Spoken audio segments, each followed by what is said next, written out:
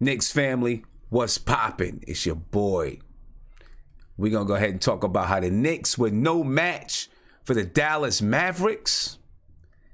And did Fizdale cave just a little bit to Kanter? We're going to talk about it. Lonzo Ball. We got a lot to talk about. Let's rock.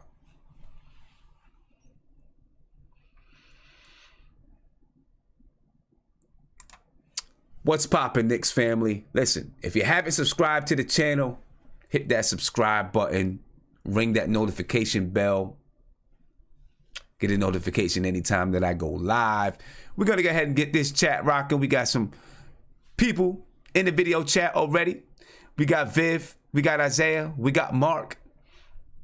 We're going to get this thing going, man. The New York Knicks just lost to the Dallas Mavericks. What started off as a decent game, at least in the first half for the Knicks, who were down 8 points, but challenged for most of the first half, ended up getting blown out by the Dallas Mavericks. Blown out. I mean, it is what it is. We're going to talk about it. We're going to get into it. The New York Knicks blown out by the Dallas Mavericks.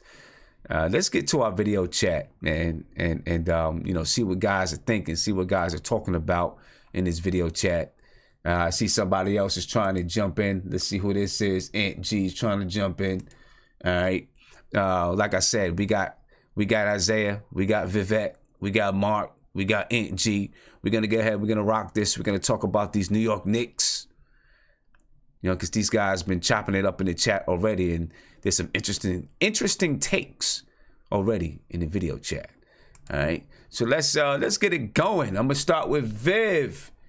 Let me see what you're talking about, Tim. Viv. What's popping, my man?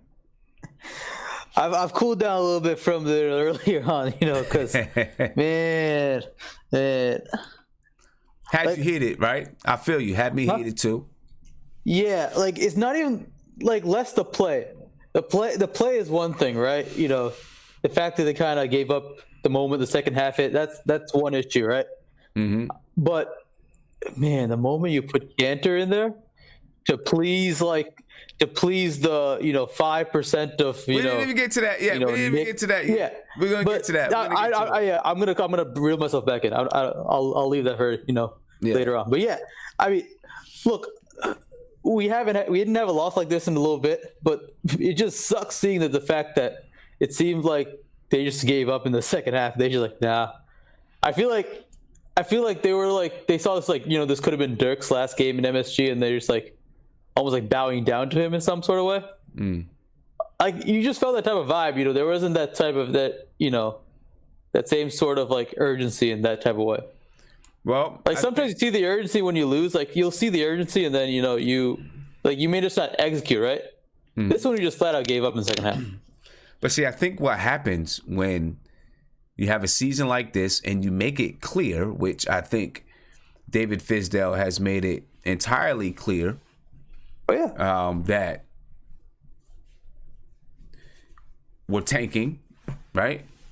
When you make that clear, you made it entirely clear. When you make that clear, players don't care anymore, right? You get guys like, Trey Burke, Kanter, I guess, still cares. Every expiring contract. Right. Their expiring contracts, other young vets on the team. And I'm not trying to spotlight Trey Burke. He was just the first guy to come to my head. But you get those guys, and all of a sudden, it's what am I playing for? Well, not what am I playing for? They know what they're playing for. They're playing for their contract, right? They're playing for their next contract. So instead of them trying to play within whatever it is that Fizdale wants them to do, it's I'm going to try to get my stats up so that I have a foot to stand on when it comes to free agency. Right. And people can complain about it if they like, but let's be honest. In a situation, if you're in a winning situation, then it's easy to accept whatever role the coach asks for you. Right? It's look, we're already winning the game. We're already winning. there's no reason for me to go outside of what the coach is asking me to do. Right? Exactly. If I can prove to the rest of the league that I'm a coachable person in a winning situation, then that's going to help my that's going to help my contract situation. That's going to help me during free agency. When the team is flat out just giving up the season is over. The only thing you're trying to get at, well, I mean, for me, in my mind, there's things that you can definitely get out of it, right? You can get out of it developing players, putting in, some sort of structure, some sort of system, doing those type of things, really getting your culture together. You can always do that. That's something you can always get out of a season. But when it becomes apparent to certain players that I'm not part of the future, so any culture that they are developing, I'm not part of it. Any system that they're developing, I'm not part of it. But he's still putting me on the floor, so I'm going for mine. And then when that happens, there's a snowball effect. This player's going for theirs. This player's going for theirs. Other players go for theirs. People stop playing defense. If I'm not touching the basketball, why play defense? Right? You got some players that's going to play defense regardless. That's just how they play. But there's a lot of players that's going to be like, I'm not playing defense. I'm not going to put myself out there when nobody else is, when everybody else, I can't even touch the ball on offense. I can't even get a look. I can't get my hands on the ball. I mean, you know what? I mean, obviously there's other people touching the basketball, but when you have 3 or 4 people who's taking the bulk of, who's holding the ball for the bulk of possessions, it's deflating, especially for guys that aren't playing for anything on the team. It's deflating. Now, some of the guys holding the ball are guys who are, know that they're not going to be on the team and they're playing for what it is that they want. It makes it tough. But you know what? We knew that it could come down to this season. We knew it. Right. I mean, it was inevitable. It was just, I think it's frustrating when some of those mixed messages where it starts at the top, and when I say, it starts from the top of the totem pole, it starts with the coach, the Fizdale and the coaching staff. But I feel like, recently there's probably been a lot of mixed messages that are being sent that seem to contradict each other. And, it just all boils down to just like a one big frustrating experience because it's just all, contradicting messages, inconsistent execution of, whatever your plan is. And I just don't understand it. I feel like I saw some of that today. Yeah. It's frustrating because what's more frustrating, Sim? Because we played well the last 2 games, right? We played decently well on Monday. It was up until the 4th quarter where we just kind of let go, and then same thing happened on Sunday against the Heat, where we just did the exact same thing. We played well up until the early 4th quarter, and then the Heat closed away. Competed through the entire game, both games. Just like this game, it's just like, all right, I'm just gonna bow down. This is Dirk's last game versus like Luka Doncic's first game in Madison Square Garden. I'm just gonna bow down. Right. I don't know. I don't know either, man. I don't know either. Yeah, I don't know either. Let's see. I want to know what Mark thinks. It hurts his game. What do you think, Mark? Yeah. Mark. I'm coming in. What's going on, man? What do you think, man? All right, so let me break it down. Like, okay, all right, break it down for us. All right, I broke it down. Wesley Matthews shouldn't have scored 17 whatever points he had tonight, meaning that the guards for our team was not playing absolutely no defense. And what I'm starting to understand, what I've been watching, that when we start these guys, our starting lineup that we start with, the first 3 guys aren't showing himself on defense. And that's why Dallas was just getting to the paint anytime they want. You heard Mike Breen. It was just a layup line. Your guards are they're the first defensive line. They are the first defensive line. Stunned. If we don't have them playing to a certain standard defensively, or even trying or luring them to Mitch for him to cover for them, we're going to have a lot of games like this. And the guards and the players that we have, they was never good at defense from college till now. Bert, Tim Hardaway, they're not good defensively. They're not in their career. They will never be good defensively. Never. So alone, that problem is bad. Mm-hmm. We don't have shot makers. What we was talking about. That's why I harp on the pace that we was playing at in the first half, because that's where we was getting easy buckets. That we was making the defense honest enough. Dallas couldn't set up their half-court defense because they're a half-court team. So that's why we was able to score with them in the half, and Knox was open to make his moves, for him to make quick decision moves, because he's not a shot maker now. So we have to use his ability with the pace of the game so he can be engaged, because that is his big problem right now. And he's the most talented player. Now with Vonleh now, we have a big problem with him. We have to get rid of him, because when he gets the ball now, I'm starting to realize now, if he don't make quick decisions, he looks bad. And that's what's been happening to him. That's what happened. The only person who makes me smile is Mitch, because even when he makes dumb defensive plays, it's not like because he's belligerent. He tries, but he tries, and he hasn't played college, but he will guard up top, and then he'll be in the paint in 2-point-something seconds. He tries. It's not fizz, man. It's not fizz. When you see Mitch play defense, those guards should be able to follow. Our problem is the guards not playing defense, and teams offensively that are good, they're gonna chew us alive. They're gonna chew us alive every game. Now you say it's not fizz. And I get what you're saying.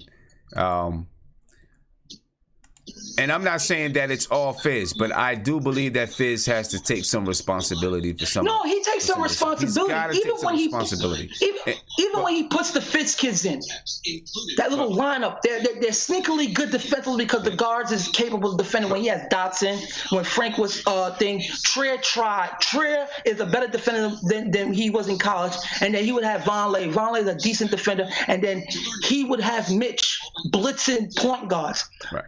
Remember, in the beginning of the season, he would take out the starters because they just wasn't capable of playing defense, because they just aren't good enough, man. Right, but now it starts with the defense, man. Okay, here's and I'm gonna mute you for a second, Mark, because you got stuff in the background, right? You got stuff in the background. My bad. Yeah, that's better. Go ahead. Much better, man. You burning up my ears with that in the background, but the thing that I love Fizdale. I do like Fizdale. I have some issues with some things. What I don't like that he did, and we were just talking about this, what I don't like that he did from the beginning of the season. The Kanter thing. No, Kanter. Oh, no, I'm not. Well, we'll get to that. And that's more of a question that, I'm going to pose. But what I don't like from the beginning of the season, when he was pulling players out of the lineup, mm-hmm. For the most part, I feel like he pulled players out of the lineup for offensive reasons, right? Because they weren't clicking on the offensive side of the ball. Players that weren't clicking on the defensive side of the ball, like Tim Hardaway Jr., Kanter. Which is our offensive players. Hold up. But we have to put Hold up. Yeah. Right? Yeah. Kanter, Hardaway, whomever else you want to throw out there that really wasn't playing good defense. He didn't pull them out. He kept them there, right? He didn't even give them some time on the bench and scold them for the defensive lapses, especially Kanter. Right now, we know what happened to Kanter now, but I think that's more for. I don't think he's taking him out just because he's not playing defense. And I feel like that was a mistake because that sends the message: if you're not doing what I need you to do on the offensive side of the ball, I'm going to sit you. Right? But if you're not doing what I need you to do on the defensive side of the ball, well, I'll still let you get out there because you're putting up points for us. And I do understand that you got to have some players on the floor that can score the basketball. I get it. Right? I understand it. But if you're developing a culture and you want your culture, if you want your identity, if you want your style to be predicated on defense, then I think that's what you emphasize. Even if that means sometimes sacrificing your offense just to get the point across, right? Just to get the point across, and you do that early. Right, you do it early. You get that point across that if you're not going to come out here and bust your ass on the defensive side of the floor, well, I'm not going to give you no love on the offensive side of the floor. I feel like that was a mistake made early in the season. I also feel like with players like Trier, and I like Lonzo Trier. I think Lonzo Trier has a future in this league. I hope it's with the Knicks. We'll see, how things shake out. But even with Trier, he gave him a leash, too long of a leash in the beginning of the season, in my opinion, right? It's like if you have a puppy, right? When you have a puppy, you keep that puppy on a short leash until it understands, because if you don't, it might run all over the place. You keep the puppy on a short leash, and then you let it out a little bit. Next thing you know, you don't need a leash because that puppy understands that, okay, I can walk a little further. I can go sniff this bush. I can go over here, but I always need to come back to my buddy, right? I don't want to say owner or master. I don't know. I don't like the way that sounds, but I'm always gonna come back, to my human. I'm gonna come back to my human, and because the dog has learned its boundaries, the dog learned its limits. Same thing, I feel, and I'm not making players out to be dogs or animals, but it's the same concept, right? You keep a tight leash, and then later on, you let them loose a little bit because now they understand what you want to do and they know how to come back to it. Because some people were complaining a little bit about Trier and he's kind of ball dominant sometimes and all of that. I feel like some of that was Fizdale letting them loose in the beginning, which I thought was, and I voiced it then. I thought it was a mistake. You know what I'm saying? I thought it was a mistake.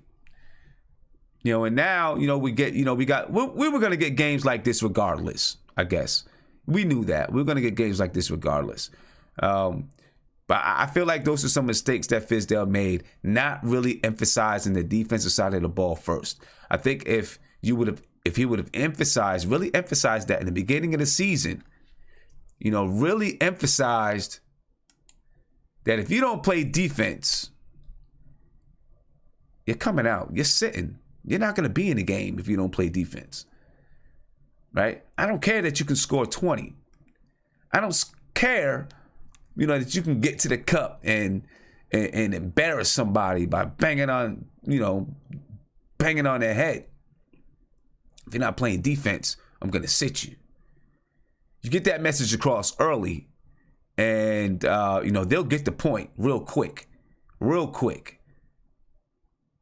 I think he let it go. I think he let it slip there. You know what I mean? I think he let it slip. And I'm hoping that he can get it back. I think he can get it back. I hope so. And now, I mean, Fizz came into the season in a sticky situation, having so many expiring contracts. Veteran guys that were on their last leash in the league, right? Guys who are trying to reclaim their career, guys who are trying to prove that they're worth the valuable picks, the valuable spot in which they were picked. So, and then you had rookies that needed to come in and play. It's that's a lot to deal with. A lot to deal with, for a coach. So I get the trouble that he's had to deal with, and what the situation is like. But he's not perfect. He's made some mistakes. It can't be all the players. That's my opinion. It's not all the players, not just the players. He's got to take some responsibility in it, in my opinion. And I think that's where the responsibility lies. Let me see. All right, Isaiah, I'm gonna come to you, man. What's up? Ed, shut up, Ed. No, so Sim. Yeah. I'm really disappointed, man. Okay. And this is an ugly loss to me, and I'm really disappointed in Fizz, man. Just a lot. I'm just really disappointed in him. It's just there's no ball movement, and then to me the most ugly thing. We're gonna get into that later about the Kanter thing, but that was the most. It was just I was embarrassed. We'll get into it. We'll get into it. I was really embarrassed for Fizz tonight because, it's just this was just ugly. No ball movement, selfish. We have it gets annoying that we have so many selfish players on this team that are just me first players, and like you just said, Fizz rewards the guys in the beginning of the season that got their own shot. And to me, this is just you called it. A couple people called it about you got to put a system. How many times have we said this in the beginning of the first month of the season? You got to put a system. You got to put a system. You gotta preach ball movement. You can't let these guys just ISO. And then again, Fizz is so backwards. It's like he talks about offense so much, and it's like you don't reward the players like Frank, like Dot, like Luke.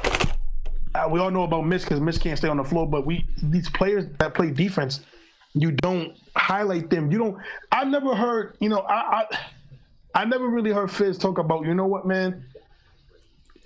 Talk about the defense like he talks about. We got to find our shot. We got to get these guys going. We got to get Tim more shots and stuff like that. No, he doesn't talk about the offensive flowing.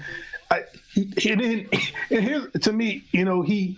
And the people he highlight, the people that play defense. I remember that one time he talked about Mario playing defense, and I'm like, dude, to me that's almost a slap in the face for guys like Frank, guys like Dot who play defense all the time, and you never talk about you talk about the guys that are not known for defense versus the guys that are on your team for defense. And again, you don't reward those guys. You sat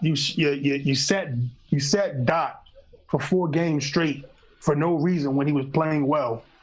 I understand Frank wasn't finding his shot and the defense wasn't always on point, but he still is better than Moutier when it comes to defense and Tim Hardaway. And we all know about Tim Hardaway, why he's playing, which is, to me, a complete joke of why he is playing. But, Fizz, it just disappointed me tonight because we didn't play hard. And that's the part that pisses me off versus everything else. That's what I get mad about, is that we don't play hard. We literally didn't play hard. We gave up. What are we doing giving up? Our team is young. We shouldn't give up. We should be naive. We should be like we can still get into the game. We should still hustle for plays. We should still fight back. You got these quote unquote. Yeah, and I think I think it really is based on just the situation of the team right now. Some players, feel like, why am I going to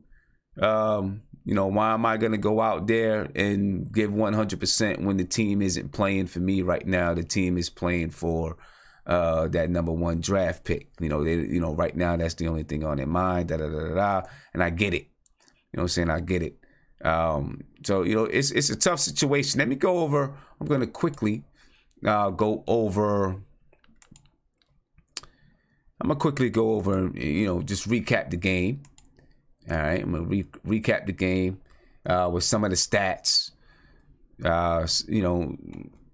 All that good stuff that we usually do. As soon as I get it set the way that I want it, I'm gonna do it. If I can get it set the way that I want it, I might not be able to get it set the way that I want it because, my I don't know. There we go. I think I got it now. Let's see if we can get this popping for y'all. The Knicks, man, once again lost by big numbers. 114-90 to the Dallas Mavericks. What started off as a close game. It really is the third quarter. The Knicks lost every quarter. They lost the first, the second, and the fourth quarter by 4 points. They lost the third quarter. They lost the third quarter by 12 points. It's always a quarter. There's always one, ladies and gentlemen. Always one quarter in which we are unable to compete. Right? And we end up losing the game.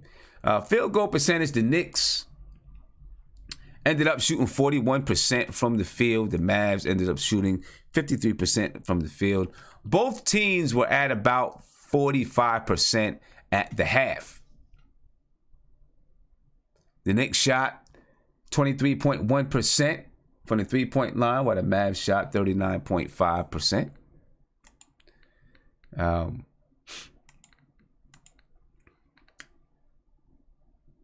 The Knicks, look, the Knicks go to the line a lot. They do. They go to the line a lot.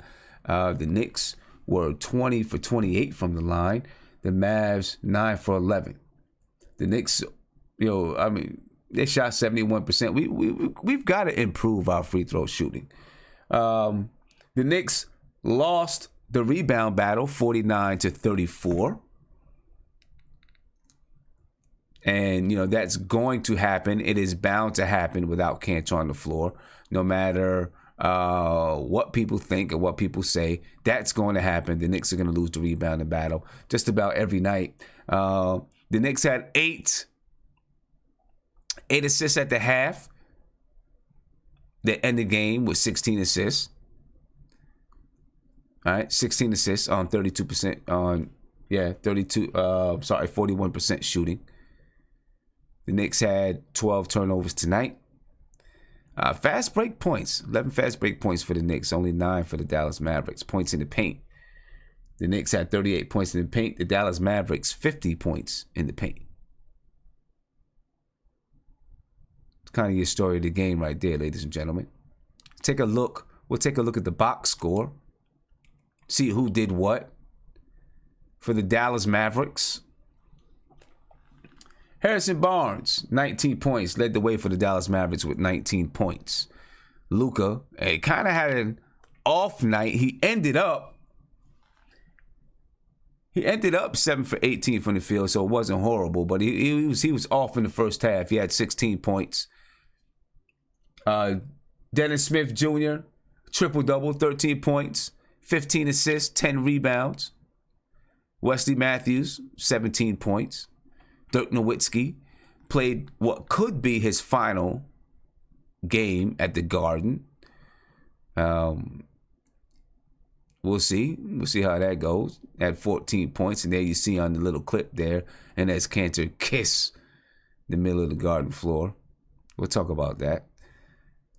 Dirk Nowitzki again, 14 points. And what could be his final game at Madison Square Garden. For the Knicks, nothing to write home about. Kevin Knox led the way with 17 points. Trey Burke, 16 points. And if you look at this, man, Kevin Knox led the Knicks in rebounds with 5 rebounds. He led the Knicks with rebounds. I got to get more than that. No, I'm sorry. Mitchell Robinson led the Knicks in rebounds with 7 rebounds. My apologies.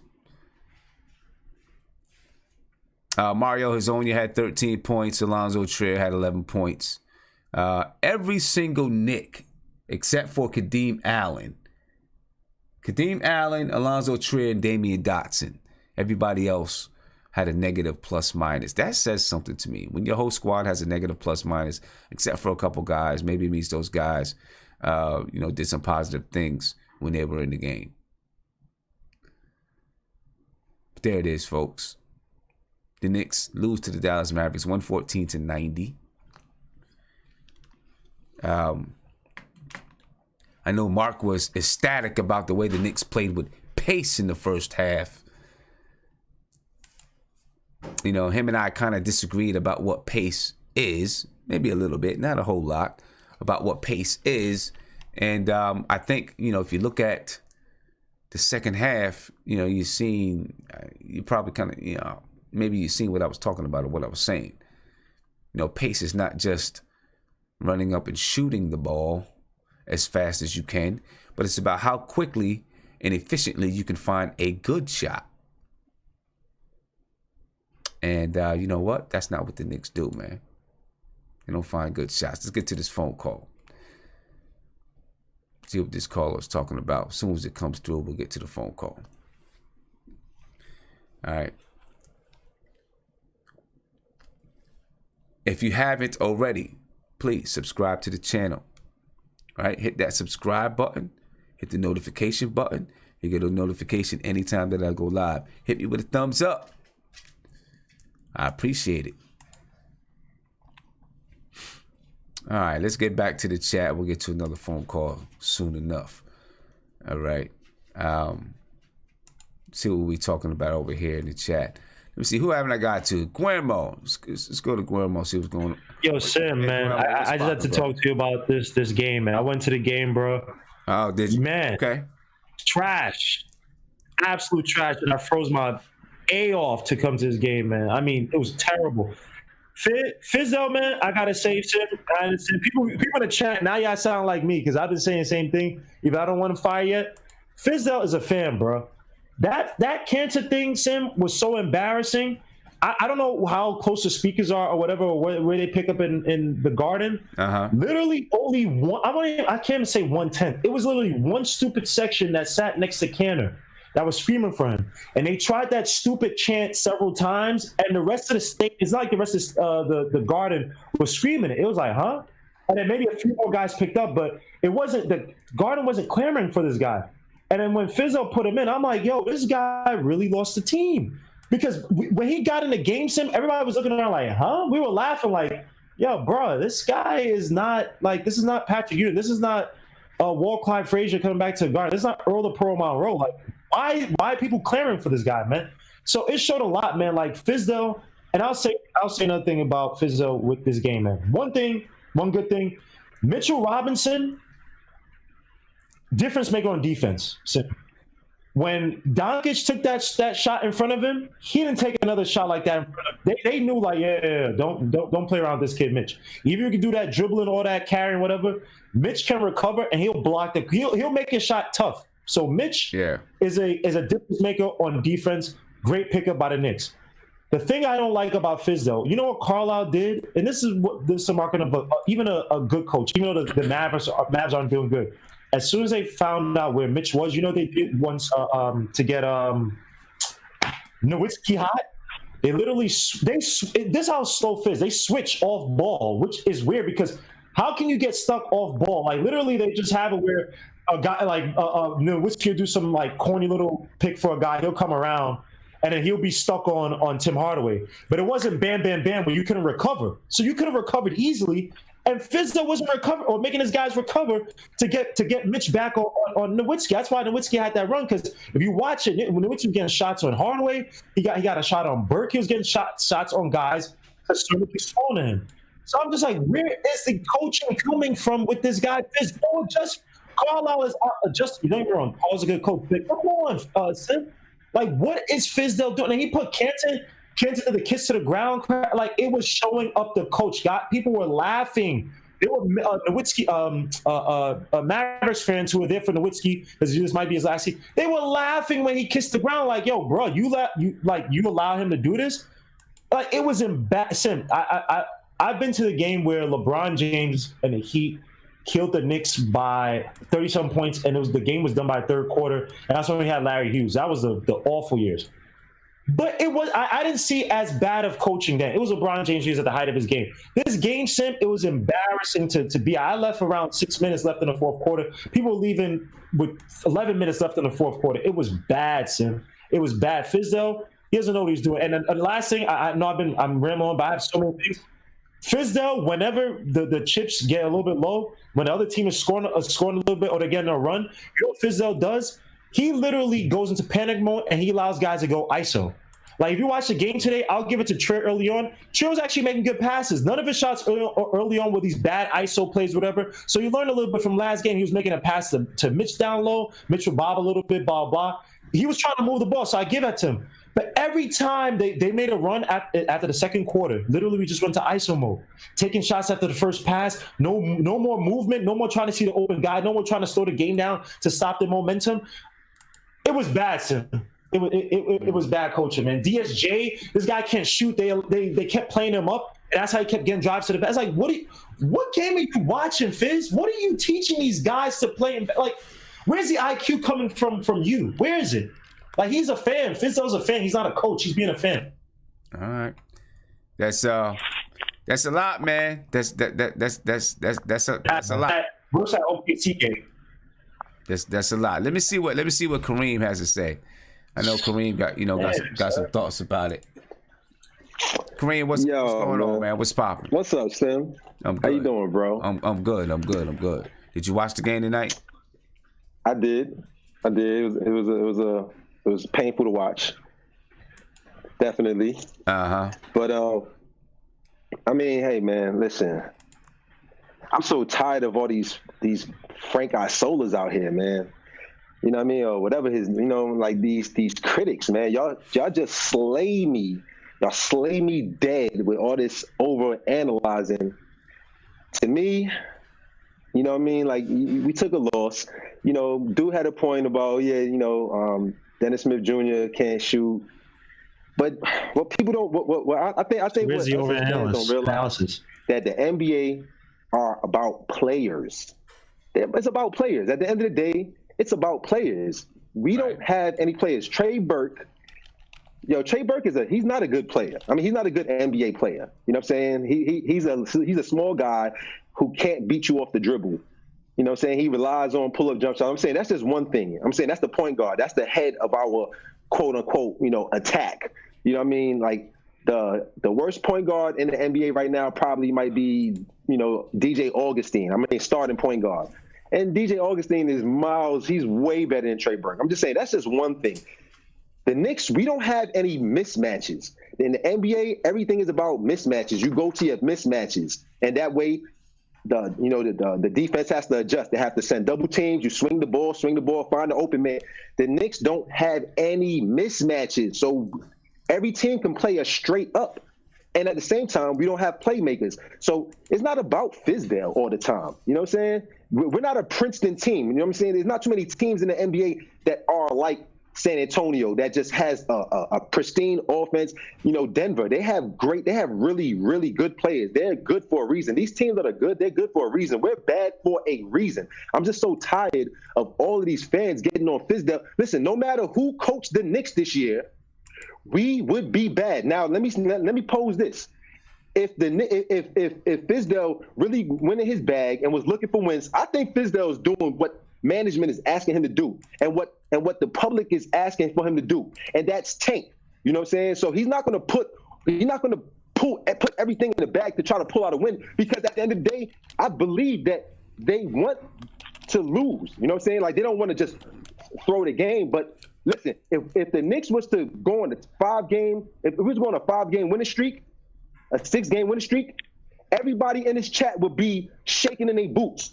So you can't have both, you know what I'm saying? But you know what? It doesn't even matter to me. I've been a Knicks fan, you know what I mean? I've seen Don Nelson come in and fans and management not give him a chance. I've seen all these different coaches, Dan Toney come in. I've seen all these coaches come in and nobody give him a chance. So Fizdale, he's right where he belongs. I just thought that this chat would be a little bit more insightful to say, you know what? We're tanking. I mean, you know, it is what it is, and not be so overly critical of Fizdale. Fizdale will prove whether he's a good coach or if he's a bad coach when the time is right. The time is not now to be so critical of him. Well, with me, I don't care anything about the wins and losses. I know. Right? There's just certain things that I would have liked to see. You know, just a few things that I thought were missteps from the beginning. You know what I mean? Right. That I think that not that we would have had a better season, because we wouldn't have had a better season. I can guarantee that. There was just too much that he had to deal with when it comes to, you know, having, you know, all these, you know, different contracts and, you know, players that may not be here and all that kind of stuff. There's a lot of stuff to deal with. But, so listen, and not to cut you off, I understand everyone in here has an opinion. I'm very opinionated, you know what I'm saying? I'm New York to the blood, you know what I'm saying? I speak with attitude. Sometimes people don't like what I got to say. It don't matter. I'm just going to get my point across. Like everybody in here trying to get their point across. And I understand what you're saying. There's a lot of things that we can look at and say, okay, Fizdale could have did this better. He could have did that better. But at the end of the day, he's in charge. No one knows what his plan is. None of us, nobody in the media, no one knows. So when I hear someone says, oh, he's a bad coach or he's a fan, like, yo, bro. Our best player is the fourth best player on a good team. Our best player. So now imagine where everybody else falls. Listen, man.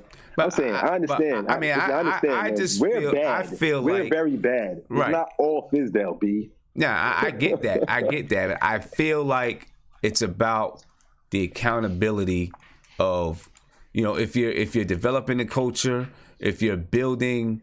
You're building these players, then I feel like there should be some more accountability. You know what I mean? If you say that you're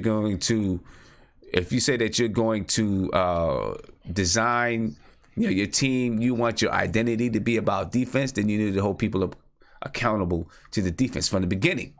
And I felt like he held people accountable for their offense, but didn't really hold people accountable for their defense. I feel like you're supposed to do that from the beginning. It's little things like that I think that I want to see from him. You know what I mean? I can dig it. You know what? If he doesn't have it, I really would have liked to see some sort of structure offensively. It's getting there. He's doing some things. He's starting. He said a few weeks back. Now he's really trying to hold people. Not really hold people accountable, but put more structure in. I can see it happening. I can see it starting. You know what, Sim? The trade deadline is almost here, and you know what I'm saying? I mean, for everybody that are critics, and we all are critics, all I suggest is that let's wait to see what happens at the trade deadline. The trade deadline come and go, and no moves are made, and and everything. I'm saying I just have a feeling that we're not going to have the same team after the trade deadline. So, I mean, when that happens, and maybe Fizdale already knows who's going to be gone and who's not. Maybe he's doing things for other reasons, and that has nothing to do with what we may think. So I'm just saying, when the trade deadline comes, some guys might be gone, and things might start to make a little bit more sense to us on why he may be doing this or doing that. You know what I mean? Right. Yeah, I feel you. Yeah. That's I feel you. Let me get to Ant. Let me see what Ant's talking. Oh, actually, let me get to Caller. You still on the line? Caller, what's popping, man? Hey, man, what's up? I'm good. Thank you for holding on. While we had a little discussion. No problem, dude. What's your take on it, man? Hey, I just finished watching the game like a couple hours ago, and I've been very frustrated. You know, the whole season has been very frustrating to watch. Not about wins and losses. It's about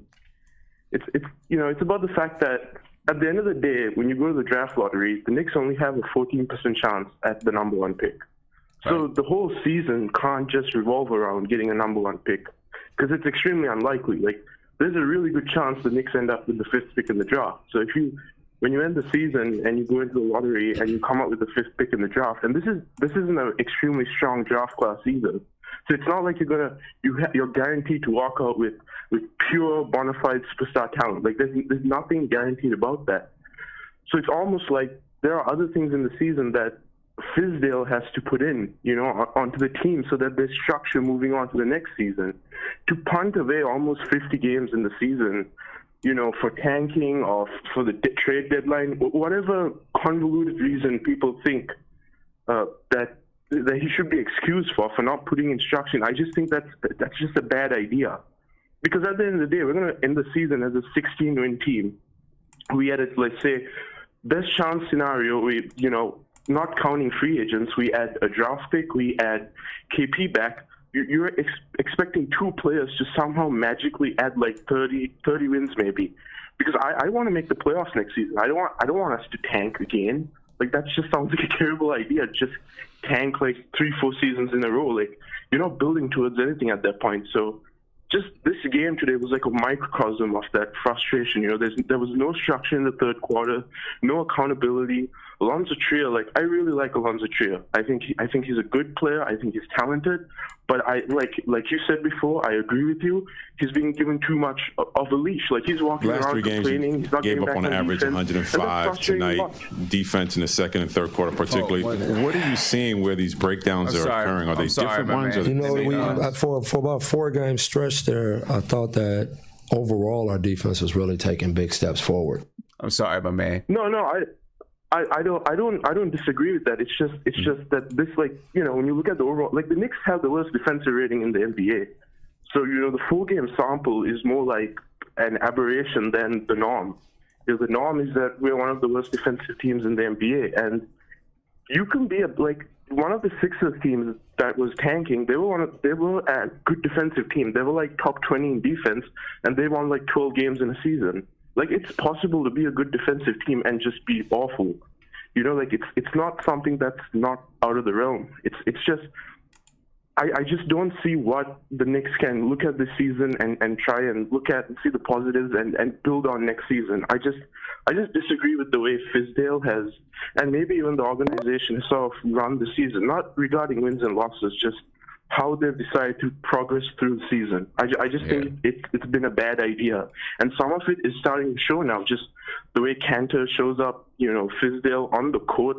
That's crazy. Who let something like that slide? I just don't understand. And I think that happens. I think that happens when you tank. You decide that you're going to mail it in. That happens with players that know that they're not going to be part of the future of the team. That happens. You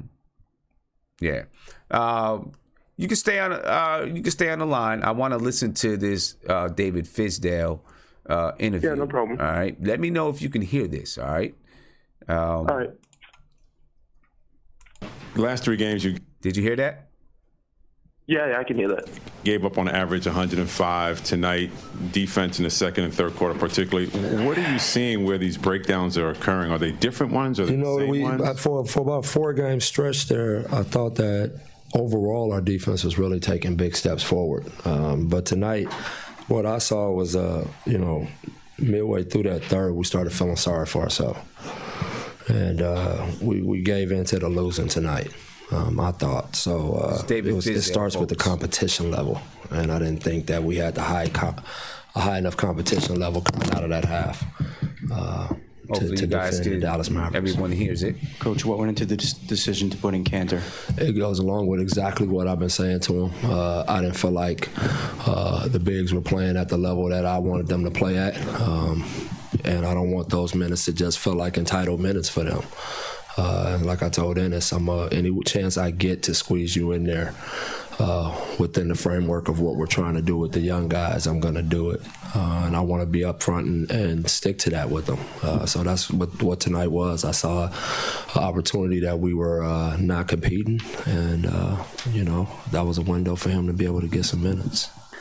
Coach, throughout this losing streak, you've been usually pretty optimistic. The team's been playing hard, and you're seeing development. A game like this tonight, though, it's gotta hurt more than usual. Yeah, obviously I'm not excusing them, but human condition kicks in when you get into a losing streak, and your doubts and stuff creep in, and you're waiting on that punch, and so that's what happened tonight. We just sat around and waited for that punch, and we never responded to it. But that's part of this, is how do you overcome these moments? How do you rally together to pick each other up so that you can come out the next game and be highly competitive? I know you had talked before the game about not being swayed by the chanting. When you brought him in today, is when it was getting very loud. Is that hard as a coach? You don't want to hear that? No, that's the fans' right to do whatever they want to do. They can chant whatever they like to chant. But at the time, it was just, that's what it was. I mean, we just weren't playing very good basketball. And again, in all fairness to him, that's what I told him face to face that I'll do is, every chance I get to plug you in there to help the team, I'm going to do it. And so tonight was that opportunity. Did you see what he did when he went in? No, I really didn't. What happened?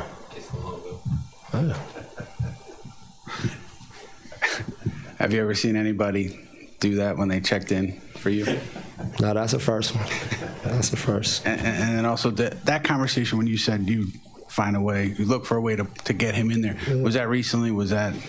Well, I've from had the beginning? It's been multiple since after Christmas.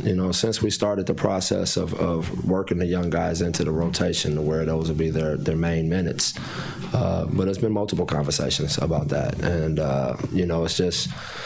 it just isn't easy, and it's a difficult situation. It's not easy for me. It's not easy for him. It's not easy for anybody. But it is the direction that we have to move.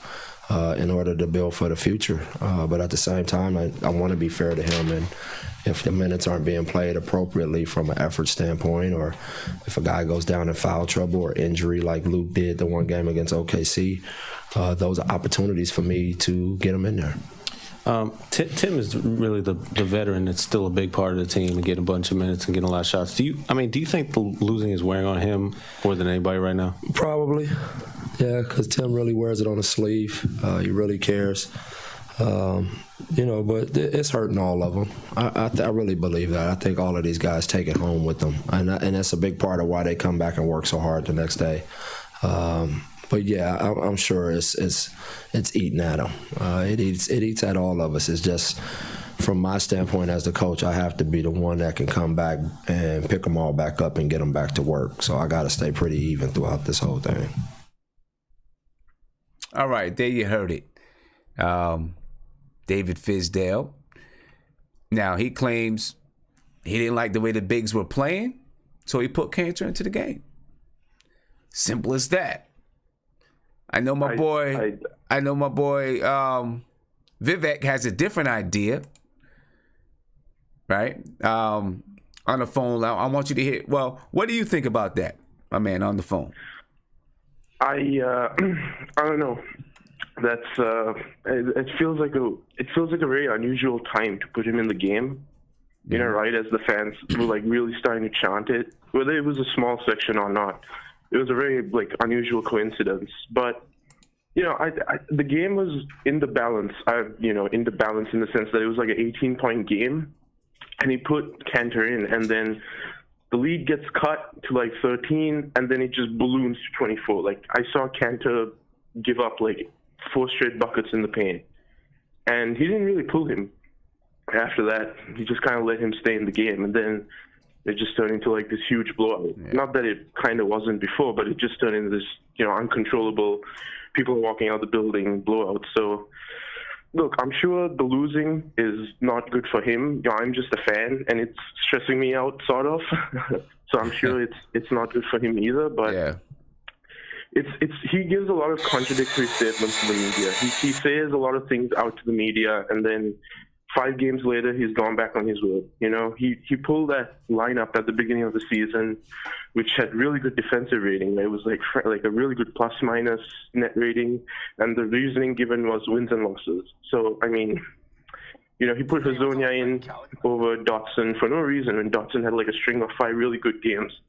Hazonia was awful for most of it, and then he just pulled him away. It's just he does these weird things. I'm sure that he has pressure from the front office. These are all reasonable, excuses, I guess. But just game to game, there's regression. Sometimes there's something nice to see. Like you said, since he announced that he was going to add a system in, there's moments where he's running what looks like some set plays and stuff. But I don't think Fizdale is a bad coach, but I'm not bought into him fully this season. Okay. And I'm really not exactly sure what he was trying to accomplish the first 50 games of the season. Yeah. That's just like we're Knicks fans. Like everything goes to worst case scenario. If there's a draft lottery, we're probably going to get the worst pick. If we have a young talent, something terrible could happen. If we have a free agent, he might leave. If there's a trade happening, we're probably going to get fleeced. Like there's like a worst case scenario sort of nervousness and tension in the fan base. So, I understand him, but it's just really hard for me to like buy into everything he says. Okay. Hey, I feel you, man. I appreciate you being on the call and waiting No problem, patiently. dude. And I'm sure the chat's got a lot to say. From some of your comments. I know a lot of people agree with you. Yeah, a lot of people agree with you. I appreciate it, man. Have a good one. No problem. Thanks, man. You make great content, by the way. Been subscribed for like almost a year now. Thank you. It's like fantastic Knicks content. Thank you. I appreciate it. And I hope to only get better. I appreciate it. Thank you. Thank you. Thank you. Thank you, man. All right. Later. All right. I know Viv has his idea. I think Viv disagrees with Fizdale. So Viv, why don't you tell me? Tell the chat, tell everyone what you're thinking about it. Go ahead, Viv. Yeah, look, this whole Kanter thing, what Fizz said made absolutely no sense, to be quite honest. Said, okay, the bigs are struggling, and we need another big, right? Mm-hmm. But then you go a couple of days ago, you said, okay, I want to build this system or something we're trying to run, and maybe the bigs are struggling because within that system, right? So what you could have done as a coach is like, all right, if they made some mistakes or whatever, you take them out for a second, maybe actually coach them, try to make a quick adjustment and then put it back in the game. But bringing in Kanter doesn't solve anything. If anything, this is just a stunt because you just essentially caved into what Kanter wanted to do. Kanter only wanted to come to this game for attention and attention only. That's all he is about. That's all he's been about the last couple of years, is about attention. It doesn't take like a genius to know that he spent the last 3 weeks on a publicity tour, whether it was about why he couldn't leave the U.S., which is a separate issue on its own, and then all about not playing, where he seems like he's been on every single beat talking about, okay, I should be playing this and that. You had to have known this by now, and the fact that you may have no big, that's not really much of an excuse. You were already down by 20 at that point. You're not going to change the fortunes of a game like this. Yeah. You had bigger fundamental issues to deal with. So, I just think that, he kind of caved in, and he should have just stuck to his own guns and just rotated the bigs until they figured out how to play. Because that's really what the main goal of the season is. Like you just mentioned, 2 or 3 games ago, it's like, all right, I'm building the system. I want to see what my players have going forward in the future. So you might as well try that. And if you had that same issue with the big men, why do you have the same issue with, say, someone like Tim Hardaway Jr., who couldn't buy a bucket for the last many games? He had 6 points today. Why didn't you have, I want some more offense, or I want some more defense, so I'm going to bring in Courtney Lee. No, you didn't play Courtney Lee, but you played Kanter. Like this is a stunt that you fell for the fans, that not even fans. This is just the small minority of people, and the Dallas fans that were part of the crowd, that constantly cheer for, we want Kanter, and you just caved into the fan noise. That's really all it boils down to. And I could easily tell this because I was at the Miami Heat game, and I saw, they had those same chants. Fizz didn't do anything there, which made absolutely, it made perfect sense at the time. But you knew, it doesn't take a rocket scientist to know that, every time he's on the bench, he's sitting there disengaged. He barely claps. He barely talks to any of the players. He sits there by himself. It takes someone like Kristaps Porzingis and Lance Thomas to actually make him, more engaged in the actual game itself. It doesn't take a genius to know that. So this is just a stunt that you fell for absolutely no reason, because you know that they're gonna buy him out, and that's like that to me, forget the conversation that we had earlier about like X's and O's. That we've known for this entire season. That it won't go away anytime soon. But tonight, you're contradicting statements and just caving in, like that's more inexcusable to me. Yeah. Okay. All right. I want to see what some other people have to say. What they think about it. See if if they feel that Fizdale caved in. I know I was wondering like why why is Kanter why is he bringing Kanter in the game? Isaiah, it's on you, man. Can you turn that down in the back, please? Hey, what's up, son? Yeah, go ahead, man. It's on you. Hold on 1 second. Let me pause. Sim, you can hear me? Yep. I'm not gonna lie to you, Sim. I've never been more disappointed in a coach in a very long time. I was extremely disappointed in Fez tonight because, just piggybacking on what Viv has said. Can Viv you hear me? Yeah, I can hear you. No, I'm just piggybacking on what Viv said, and we have a guy here who's cried the minute he got benched, the minute he didn't even get a DNP, got took it to the bench. He cried about that. Mm-hmm. He doesn't boost his teammates when they get the starting spot. He literally dissed Luke Cornett. He's disengaged when he got the DNPs. He's not around the bench.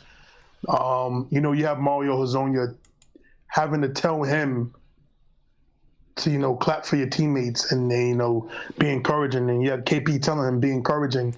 You have him crying literally every chance he gets, and when he gets near a beat writer, he's just, in layman's terms, he's just really on court. He's not a good teammate. As a human being, you feel for him. You hope he gets his calls, but as a basketball player, he's by far. I've literally lost so much respect for Kanter as a basketball player. As anything, he's the epitome of not a good teammate. He's a fake, and I listen to a lot of Jonathan Marcia's podcast, Knicks Film School podcast. And, he had Sweeney Pooh in there before, and he explained Kanter's been doing this since Utah. But I'm just so disappointed in Fizz for even allowing him to get on the court after all this, after all he's done the past 3 weeks. Well, and he gets to go on the court. He gets to earn he gets to earn the right to get on the court. That.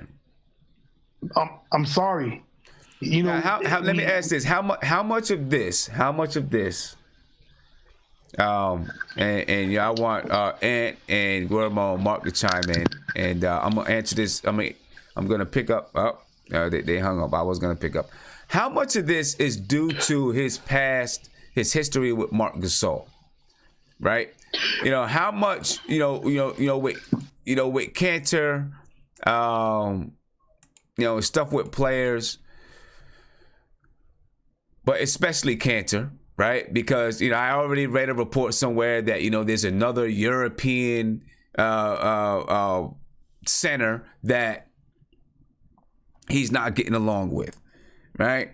So how much of him kind of ignoring Kanter, still letting Kanter play after whatever him his social media, talking to social media, talking to this, talking to that.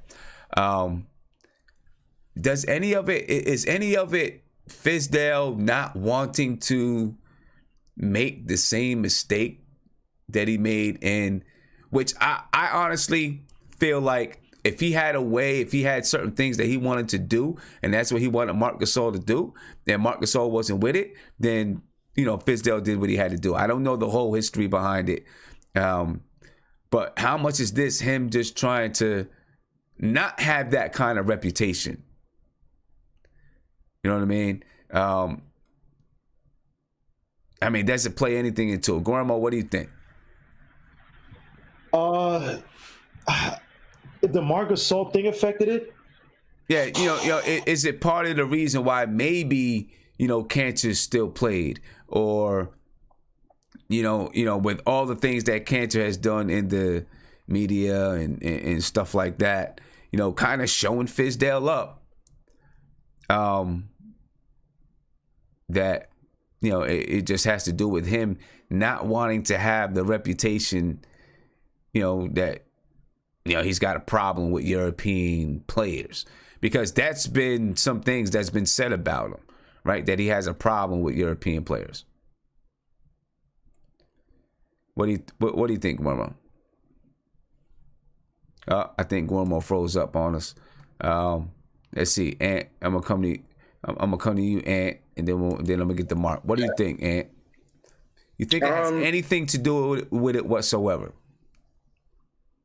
I think maybe a little bit, but honestly, I think Fizz is the problem. I think what happened with Marc Gasol, it's like food. It's like if it happens one time, all right, but if it happens again, I'm not saying Kanter isn't, doing things that are, not acceptable, but Fizz is showing that one of his weaknesses is controlling his locker room. And Kanter has done some things correct, but it's up to Fizz to nip it in the bud. And what happened is Fizz let it ride too long. Incorrectly. Kanter does incorrect. And Kanter has said some crazy things. Kanter's a clown. I mean, he's attention hoe, right? But Fizz never nipped it in the bud. Fizz gives these PC answers. He's a politician, right? And I feel like he let Kanter ride too long. I feel like you can't let the media after every game and make these comments and not address it. So I feel like Fizz, I still have a lot of hope in Fizz. I like Fizz, but I feel like one of his biggest areas of improvement is locker room management. And then after all of that, to put Kanter in a game, that's exactly how you lose your locker room. And then he kisses the floor. Now he's sending out kissy face emojis on Twitter. Like, he's showing you up, and you let it get to this point. So I hope I think Fizz did it out of the right motive. I think he was trying to avoid the Marc Gasol incident again. But I think with him trying to avoid, he kind of created it again. So, he has to, going into next year, I feel like he has to, go into the year and go in with complete control over his locker room and set down guidelines and set down expectations that he's not going to veer off of, no matter who you are. Because if he goes into it next year like he did this year, imagine if he has a Kevin Durant on his team or a quote-unquote Anthony Davis, right? You can't let the superstar take over your locker room. And if he's letting Kanter take over his locker room, then that's a red flag to me. Yeah. Let's hear what Kanter has to say. All right. Let's hear what Kanter has to say about him kissing the floor and why he kissed the floor at Madison Square Garden tonight. Here we go. Listen. This is Inez Candid, folks. Tonight, obviously, when you came back in the game, looked like you were excited. You gave the garden floor a little kiss there. What was that all about? I mean, like I said, man, if they know the love of New York I have in my heart, they will retire my jersey. And I have no problem with this organization, man. I have no problem with these players, the teammates, coaches, or the city. From the day one, I love the city. I say this. I mean, the fans from the day one, they always they open their arm, give me a warm welcome from the day one. The day one I get traded. So I mean, I just wanted to show my love, and obviously on the court and off the court, I've been having a very rough time for the last 3 weeks. So I've been with Turkey issues and basketball issues, but I think the support that they showing just meant a lot to me. So that's why I wanted to just give back a little kiss for them. And Anas, from one big to another, I mean, what can you say about a 21-year career that we're seeing from Dirk Nowitzki and just, him playing at the Garden here tonight? What do you think about it? It's just so much. I got so much respect for him, man, because it's so sad that I just want to because it's the Garden, it makes him more special. But definitely every time he's out there, and one more time he showed tonight he still got it. And growing up for you, I mean, was he a player that you looked to being in Europe? Oh yeah, he was my idol, definitely. I mean, he's everybody's idol if you're from Europe. You actually seemed maybe even a little nervous when you went out there, would you say? Or was it more just excited or over energized? Nervous, definitely nervous because I mean, it was just so much pressure too. But I think I just wanted to go out there and just show the fans some love. But I think, of course, I didn't play how many games. I was definitely nervous. All right, there you go, ladies and gentlemen. That's Kanter. And we got a caller on the line. Caller, you're on Live with Nothing But Knicks. What's popping, man? Did you just hear? What do you think about? What's good? What's going on, man? What do you think about this whole thing with Kanter? You know, Kanter got a few minutes tonight. Was it just the fact that Fizdale wanted to put him in? Do you think he caved to Kanter? What do you think? Well, what I think is our young boy Mitch Robinson was kind of looked young out there tonight. And that most of our bigs wasn't stepping up. So you had to throw Kanter out there to help with the young guys. You know, not to defend the paint, but just to give them some minutes, give these kids some breather. They couldn't basically stop Luka. Yeah. So you're buying what? So you believe in what Fizdale says when he said, he wanted to get a different look because the other guys wasn't getting it. Okay. The guy's the head coach. Kanter's been a head case, for the last couple of months. Yeah. He is trade chip. You got to put him out there at least for somebody that's contending to look at him, see what he could do, what he still could do. Mm-hmm. If we're looking to move him, God bless him, give him his minutes. Okay. His time is short in New York. But I'm really upset with how the young guys ain't get no respect for the Rising Star games.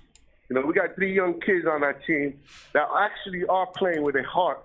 You got Robinson, you got Trier, you got Knox, stepping on that court day in, day out, putting up solid numbers, and none of them picked for that game, I mean, if you look at, we took a look at that earlier in the pregame, man. If you look at who's in the game, let me tell you, I'm gonna read this down and tell you, these are the guys that's in the game, and if they're only taking 10 players. Right, so for the USA, Jared Allen, Marvin Bagley III, Lonzo Ball, John Collins, De'Aaron Fox, Jaren Jackson Jr., Kyle Kuzma, Donovan Mitchell, Jason Tatum, Trae Young. I'm not sure if there's a player on that list that Kevin Knox should replace. That none of our guys may deserve to take their place. But it's the fact that the Knicks ain't getting no respect. We get no respect. You know what I mean? We're a laughing stock. We're going out of the league. Yeah. And then on the world side, and I'm probably not going to pronounce everyone's name correctly. You got I understand all that. You got Anunoby, DeAndre Ayton, Bogdanovich, Luka, Shai Alexander, Kuroc, Lauri Markkanen, Josh Okogie, Cedi Osman, Ben Simmons. Obviously, Frank is our only guy that would have been there. And Frank's not getting in there. Yeah, but as far as Kanter, boss, man, listen, man, give him some time. Do whatever we got to do. Let the other executives see what they like with him. Maybe we could trade him, maybe we don't. But I believe what Fizdale said. You got to protect Mitch Robinson. We don't want him to get hurt. God forbid the kid gets hurt. He's trying to go after blocks every time. What I mean? I feel you. I'm with you, my man. As far if the season can end right now, I'll be happy. You know what I mean? We ain't gotta watch these guys go up and down and look like look like a joke. Yeah, I feel you, bro. I feel you. Hey, I appreciate the call, man. Appreciate the call. Try to stay easy watching these Knicks. We play Boston next. Try to stay easy. Yeah. All right, bro. Have a good one. All right. Thanks. All right, let me see. Let me come in here into the chat, right? And let's see what some other people got to say. I know Mark wanted to get his 2 cents in. All right, it's probably gonna be more like 25 cents, but I'm gonna let Mark get his in. Mark? Yeah. All right. Can I ask you a question, Sim? Yep. With the Marc Gasol thing, right? What was the main reason why Marc Gasol complained? Yeah, I'm not exactly sure what the whole thing. Okay, you want to know why? You want to know why? Because Fizz was there for a year and a half, right? Right. He didn't coach that team for 2 years. The first year, when they almost got to the semifinals, when they almost beat the Spurs, but they lost because of a call was blown, right? Uh-huh. The problem why Marc Gasol had a problem with Fizz is because Grizzlies, out of the 8 years before they got Fizz, they couldn't score against teams like OKC, the Spurs when they changed their offense. They couldn't play the grit and grind in the playoffs. It just was not working for them to get to the finals. So what he did, he seen 8 years of Marc Gasol doing the same grit and grind. Uh-huh. He tried to change his game. He took Marc Gasol, he extended him a little more out to make him a threat. Right. Look at him now. I know that part. Look at him now. Look at him now. He's a better 3-point shooter. He's more of a player. People keep saying, Fizdale don't develop players. Look at JaMychal Green.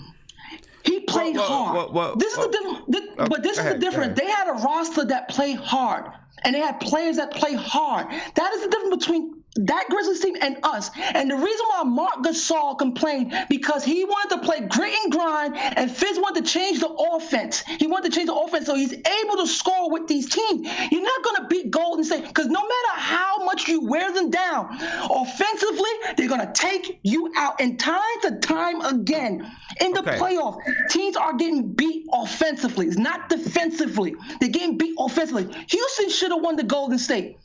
They got beat offensively. Marc Gasol didn't want to play with a little more pace. He wanted the slow pace, and because of the owner, Marc Gasol had more power because the owner and Fizz wasn't. Remember, they're not friends. He was just a hire from the Heat. His first year coaching. It's not like it didn't work. They almost went to the semifinals finals off a blown call. So his style of game, it worked. It's because Marc Gasol didn't want to play with pace. He changed his game. So if Marc Gasol is complaining, so why is he not playing grit and grind no more? Because it don't work in this league. If you can't score, you're not going to win. So because Marc Gasol is the franchise player, that's the difference between him and Kanter. And Kanter's a clown. He's been a troll since Utah. We cannot put him and Kanter in the same spot. It's not that Marc Gasol didn't like Fizdale. He didn't like because he didn't want to play that type of pace. He didn't. And Marc Gasol has more power than Fizdale because he's the star there, and there's no other free agent. They're having a hard time trying to trade Marc Gasol and Conley right now. They don't want to do that, but they know they have to do it because it's just time. They've been there. They can't win. That is it. This Fizdale, let me tell you something. Right now, he has Scott Perry behind him because if it was a problem, I believe Scott Perry would have came down and said something. It's not that. It's our players and the positions they're in right now, and some of them are just not that good. Simple, plain fact, because I've seen it work. Because if Fizz was bad, remember he had Udonis Haslem. Why didn't these Miami Heat players complain about him? They talk about him helping them develop. Look at Josh Richardson. Go look at the quote he said. He helped me develop. He helped me develop. And look at the Heat don't even want to trade Josh Richardson right now. Look at him. He plays hard. He plays the right way. It's these players that we have. They're not good enough because they've been shipped from team to team, and coaches just don't believe in them. They're just not that good. Simple like that. Fizz ain't the problem. It ain't the problem. It's just the talent, man. I'm tired of it. It's the talent. That's why it might seem like it's bad with Marc Gasol, because Marc Gasol didn't want to play his style of game. And now he's still shooting threes. If he wanted to go play grit and grind, he could play it. But no, he's shooting threes. He's shooting damn near 40%. He made him into a better player. And he has a quote that he said, he made me into a better player. So I don't want to hear this development. He's trying. He don't know what these players was in the beginning. It's damn near 40 games. 40 games. These players are coming out of college. You have one center that can't barely play 30 minutes because he used to get in foul trouble. He gets fatigued. I'm just saying that. I mean, but that really it really wasn't about whether or not Marc Gasol put a bad name on him. But he put a bad name on him. It wasn't the fact that he disrespected Marc Gasol. Marc Gasol didn't want to play his style of game, and there was one call away from getting to the finals. Okay. The year the Spurs went. So I don't want to hear that. But that wasn't really the question, right? Yeah, go ahead. The question was, did whatever? No, because Kid is a clown, man. But listen, did you hear me?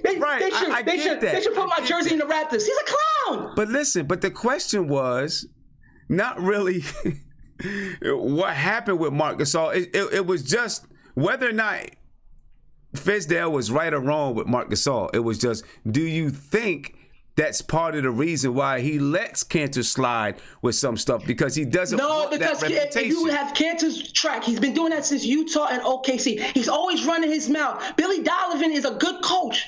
He's a good coach. Kanter will run his mouth anywhere he goes. He can't control a man's mouth like that. That's who he's been. He can't control it.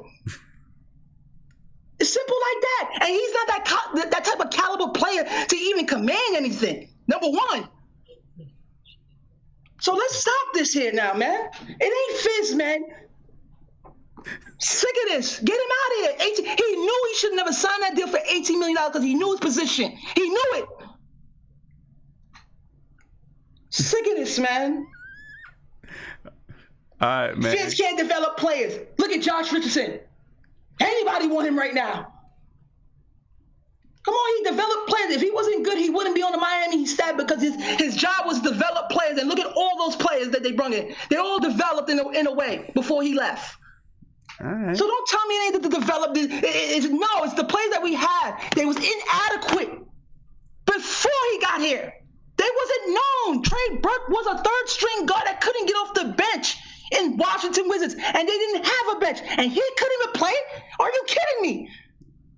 We have a 19-year-old named Knox that's learning how to play. We have Mitch. He didn't play a college game. And then we have this troll Kanter. He has a whole bunch of misfit same parts that been exiled. We don't know what they are. They're inconsistent players. They haven't proven themselves wherever they've been. That is hard to develop, man. That's why he has so many Mitch.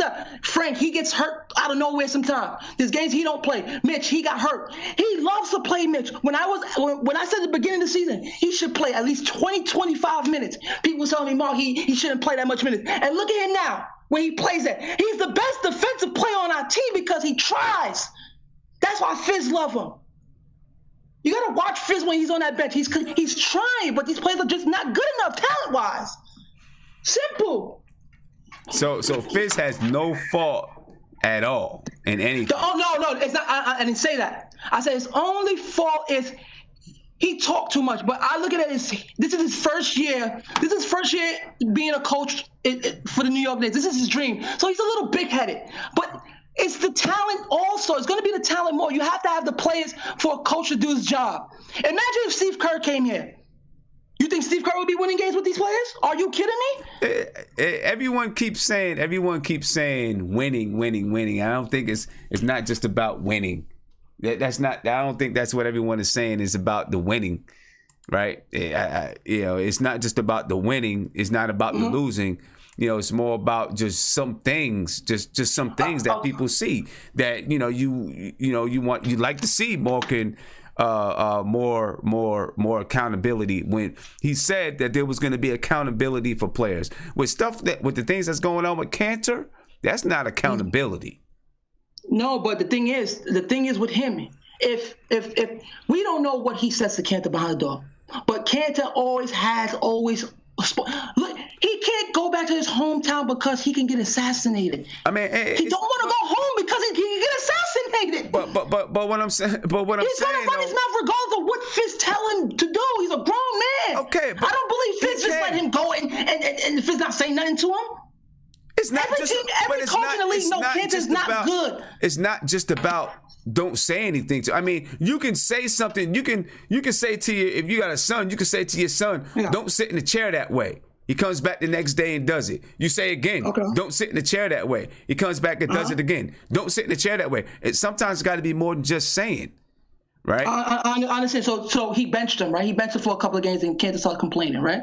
And he puts him in because we don't have no type of bodies at center. Well, nobody's at center. Okay. He only played 9 minutes. Wow, it's like he played a full game. Maybe that's it. He was down before he even came in. Right, and I think, and this is the thing, right? This is how Fizdale runs his mouth sometimes. I like Fizdale, trust me, but this is how he runs his mouth sometimes. It says things that are just contradictory. The other day, listen, I'm about to. The other day, he said, I didn't put Kanter in the game because we were down by however many points, and I didn't think it's fair to put him in that situation. Today, the same exact situation, and he does put him in the game. Okay. That's contradictory. I mean, it's on video. We could pull it up. Okay. Right? He said, okay, how long he's been benched compared to his 9 minutes that he played, which is such a big deal? How many games he been benched? I don't think anyone's saying it's a big deal. I'm just saying, making it a big deal because we talking about Kanter. I think people are just saying, did Fizdale cave on what he said? That's all. Now, I mean that's just the thing. I mean, like you said, But Sam, you're coaching. Sometimes you would contradict yourself by coaching. That's just any human being, bro. I mean, I'm just saying. I mean, you might. I'm just saying. If because you check this. So how come one night it's not fair to him, and then the next night it is? Unless they had a conversation, maybe they did. I don't know. I just don't believe that he's not saying nothing. Okay. Kanter is afraid of his country, and he's still running his mouth. He could be assassinated if he steps foot in his country. That just tells you enough about him. Yeah, well, he has a safeguard. He just said my name should be in the Raptors. If you listen to him, he can't put a proper sentence together right now. No. He's talking out of his mind. You're taking that out of context, though, Mark. But he's a clown. No, he didn't say my name should be in the Raptors. He was saying if they knew how much I loved it here, the amount of love would put my name in the Raptors. That's what he was saying. He wasn't saying my name should be in the Raptors. Let me come to Guillermo. Guillermo, what's going on, man? Yeah, man. Sam, I agree with you 100%, man. Fizdale, man, he from what I see, man, he's letting that New York media and all that stuff hype get to him, man. Kanter is a grade A bum. For him to say, yo, if they knew how the fans don't care about you, bro. All that stuff they're doing is viral because they just want to see. Yeah. They like the effery. Excuse me, I want to curse. They like the effery. And this guy can't Fizdale. See, the thing with Mark, and I might get on Mark. It's not just Mark anything. What Mark doesn't understand is not necessarily if we win or lose. It is how we win and lose and how we are building this team. No one expects this team to do well this year. But if you are sitting guys like Frank Ntilikina, right, for not being aggressive on offense, fine. It's not just Frank. You're sitting Dotson down after he averaged 15 over 5 games and was getting to rhythm. You sit him down. You don't want to start him. Fine. When you're not consistent, when you say, "Oh, I'm going to sit you for dumb mistakes. I'm not going to sit you for technical mistakes," and now Kanter comes back in because a tenth of the crowd are trying to make a viral moment and get this guy in, and you fall for that. Now your laurels are messed up. Now all your philosophies, your virtues, your morals for this team, it's all over the place. How can I, as a player, trust you? Because your word is not your bond, man. Everybody knows when you have guys on the Suns. You have not even guys on the Suns. You have players like Booker saying, "Yo, run pick and roll through 88 or whatever Kanter's number is, 0, whatever is it, 00, whatever his number is." They're embarrassing you, bro. And Sim, the New York media's getting to his guy. He's looking there. He just wants to make a quote now, man. To me, the guy I respect that was the best New York coach to me was Pat Riley. Pat Riley came in here like a mob boss. He said, yo, we're going to do things my way. And he adjusted. Everybody wants to talk about, Fizdale. Mark was talking about Fizdale. He had Marcus Gasol, blah, blah. Pat Riley didn't have the same squad that he had in LA when he ran in New York. When he left New York, he went to the Heat. Did he have the same squad that he had at the Heat? I'm not talking about the LeBron James Heat. He adapted. He adjusted. So, Fizdale, if you're a coach, you adapt and you adjust. And your word needs to be a bond. If you're going to tell players, yo, if you do this and this and that, you play. This is why guys like Popovich. Because Popovich told Kawhi Leonard, go out there, give me 4 rebounds, give me good defense, and I'm going to expand your minutes, and you're going to be allowed to shoot. What did Kawhi Leonard do? He did that. That's why all these players, until he did whatever he did to Kawhi Leonard with the contract stuff, every player that played for Pop felt it was a meritocracy. And it doesn't feel the same way like that, Fizz. How you fall into Kanter? Kanter's a bum. He's a bum, Sim. That defense looks so much different when Mitch is in, man. And you allow Kanter to come in and kiss the floor? Like this guy's a god to kiss. And this is my last thing, Sim. Can you tell me a legend who's ever done that in this game? Have you ever seen Walt Clyde Frazier ever pull some F-free like that on the Knicks? Have you seen Earl the Pearl Run do that? Have you seen Allen Houston? Have you ever seen Latrell Sprewell pull that with the Knicks team? No. So Kanter should not be playing tomorrow. I don't care if you got to sit him down. I don't care if you got to not release him, whatever, and torch him. I don't care what you got to do. But you're allowing this guy to influence the younger players. Now, Trier, if you want Trier to pass more, now Trier could be like, man, Fizdale ain't nothing. I'm going to just do my ISO game. Tim Hardaway could be like, man, I ain't trying to be a leader for this 10-win team. I'm going to just play my ISO game. Guys are going to lose respect for you, man, when your word is not your bond. And you letting guys like Kanter run all over you, man. I'm sorry, my rant's done. But Fizdale's a whole hole out here, man. He's losing. No one believes him, man. He's a clown, bro. All right, well, let me get to this. Let's get to this. Let me ask you about this. Reports come out and say, and by the way, ladies and gentlemen, if you haven't subscribed to the channel, please subscribe to the channel. Ring that notification bell. Get a notification anytime that I go live. Hit me with a thumbs up if you like what you're saying, you like the conversation, the discussions and everything. Hit me with that sub. But anyway, let's get back to it. So the reports come out that Lonzo Ball says that if he's going to get traded, he'd rather go to New York or Chicago. Right? How you feel about that? How would you feel about Lonzo Ball being here in New York? Me? How I feel about Lonzo Ball? Yeah. A guy that needs a lot of development as well. This guy's shooting 40-some% from the free throw line, man. I don't think Lonzo Ball needs a small market team where he could develop without the attention. And I don't think if he couldn't do it in LA, and I understand that LeBron came, I don't think he'd do it in New York. Now, does he have certain traits I like? Yeah, I like he pushes the floor. I like his court vision. But honestly, to tell you the truth, I don't think Lonzo Ball likes playing basketball, man. Like, I just don't see. Not saying he has to scream, but I don't see the passion. I don't really see the development. I don't really see the umph to him to say like he's really trying to develop. Like you saw people whatever, but Lonzo Ball for New York, is he that much more is he transcendent compared to the players that we have now? You know what I take back? I take back, Sim? The only way I would care if Lonzo came in, one is we didn't give a lot of assets up, and two, we wanted to play defensive ball. Because I'll give you one thing about Lonzo Ball. Lonzo Ball plays good defense. Is underrated. It's not flashy, but he plays really good defense. Now, we had a defensive identity for this team, and we were just having guys hound the backcourt all day and get fast breaks, whatever. I can understand, but Fizdale, he doesn't have a philosophy, so it is what it is. I'm not crazy about Lonzo Ball coming, man. Okay. All right. Let's see what some other people think. Nate, you just joined us. Man. What do you think, Nate?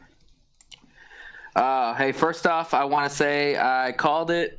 Knox had 1 point better than Doncic tonight. Hey, I'm just saying, man. Okay. Yeah, Luka was real off tonight too, though. Yeah, I know. It was good defense. Kadeem Allen played some real good defense on him. I was very impressed with his defense. Kadeem Allen played some really good defense on him. I like Kadeem Allen, man. I really do. Man. He's a heady guard. Yeah. So about Alonzo Ball, right? Is that what we're talking about? Yep. Lonzo Ball. Okay. So, Sim, let me ask you this question. We aren't good shooters, right, on this team? We don't have any good shooters, correct? Not really. Not many. And what's the biggest knock on Alonzo Ball? I mean, I guess he's got, shooting. Yeah, shooting is probably his number one knock. So yeah, we don't need another bad shooter on our team. Well, so but see, I mean, but would you bring Rondo in? Would I bring Rondo in? Yeah. No. You wouldn't bring Rondo in on this team? I would. Because first of all, Lonzo Ball is young enough. I feel that it's not like Lonzo Ball is 29 years old. He's young, right? No, I agree. He's a young point guard, and maybe he can't shoot, but the kid is a pure point guard. I think he's a pure point guard. He can pass the ball. He likes to get the ball up the floor. He definitely plays defense. You know what I'm saying? He's a sneaky defender. I wouldn't say he's a good defender. I think he gets his hands in on steals sometimes, but I've seen him play. He gets blown by defense. A lot, Sim, too. I mean, in the NBA, that's going to happen to every guard in the NBA. It is. It's going to happen to every guard in the NBA. Frank Ntilikina, he gets blown by a lot as well, and it's because guards in the NBA are fast. Yeah. Right, but I don't think Alonzo's very fast. That's my argument. Or Lonzo, I don't think Alonzo's very fast. I don't think he has kind of seems flat-footed as a guard. But I think he has a high basketball IQ. Yeah, I agree with you on that. He's a good passer. I think, but he's not aggressive to the cup either. He's not one that's going to penetrate and get baskets, easy layups. He kind of struggles at the rim like Moutier does. Yeah, you don't. But he's a little bit different than Moutier in my opinion. I think that he runs a team better. I think he's a really good passer. Right now he's averaging 9.9 points, 5.3 rebounds per game. He shoots 40% from the field, 32.9% from three. He averages 5 assists per game. He's getting 30 minutes a game. But, I think that Lonzo Ball is a really good guard. I like the way he pushes the ball up the floor. He's the kind of guard that he's not, he's not definitely not selfish. He's going to get the ball to the right places when they need to be. I think that he would work well with Kristaps Porzingis. If if the fallout from Anthony Davis ended up being Lonzo Ball, I wouldn't be entirely upset. The stuff with his dad, let me ask you this question: do you think I think he's got a little bit of ego to him? Do you think he's going to fit well in this culture with all these young players? Well, because he seems to have a little bit of ego to him because of his dad. And I'd be a little worried about the chemistry of the team. I don't know. I think that's more of his dad. I think Lonzo Ball is a little bit more laid back than his father. Yeah. I think he's much more laid back than his dad. I wouldn't be mad if we ended up bringing in Lonzo Ball. Well, like you said, he's a young guard that he does put up good numbers despite shooting bad. I just personally, in my opinion, I don't see him as a very good defender. I think he's a sneaky kind of defender. He kind of gets his hands in steals once in a while, but I've seen him get blown by way more times than I should see a point guard get on defense. And I just think that he's not one of those guys that's going to be aggressive at the cup. He's going to probably drive in the paint majority to kick it out to somebody. So, I mean, I don't know. I mean, he's more of a willing passer than Burke and Moutier for sure. I'll say that. I think our most willing passer right now is Frank. But he's definitely more of a willing passer than those other two guys. So and I think that he is. I think he's creative.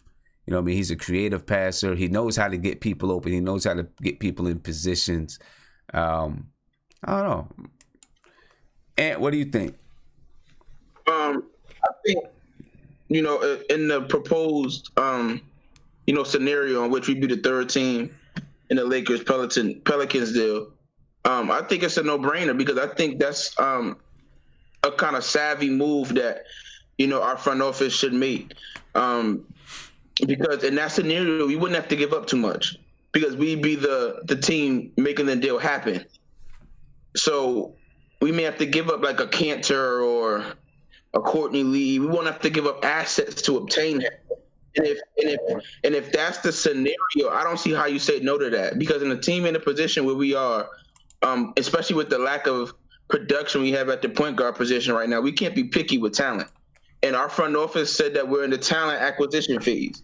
So if Lonzo Ball becomes available and he's listing the Bulls and Knicks, and all we got to do is give up a Kanter or a Courtney Lee, we have to do it. You have to, and you got to gamble and see, because I still think Lonzo Ball is going to be a good player. And if you can have Lonzo and Frank and keep Frank, now you're talking about some versatility. Now you're talking about options.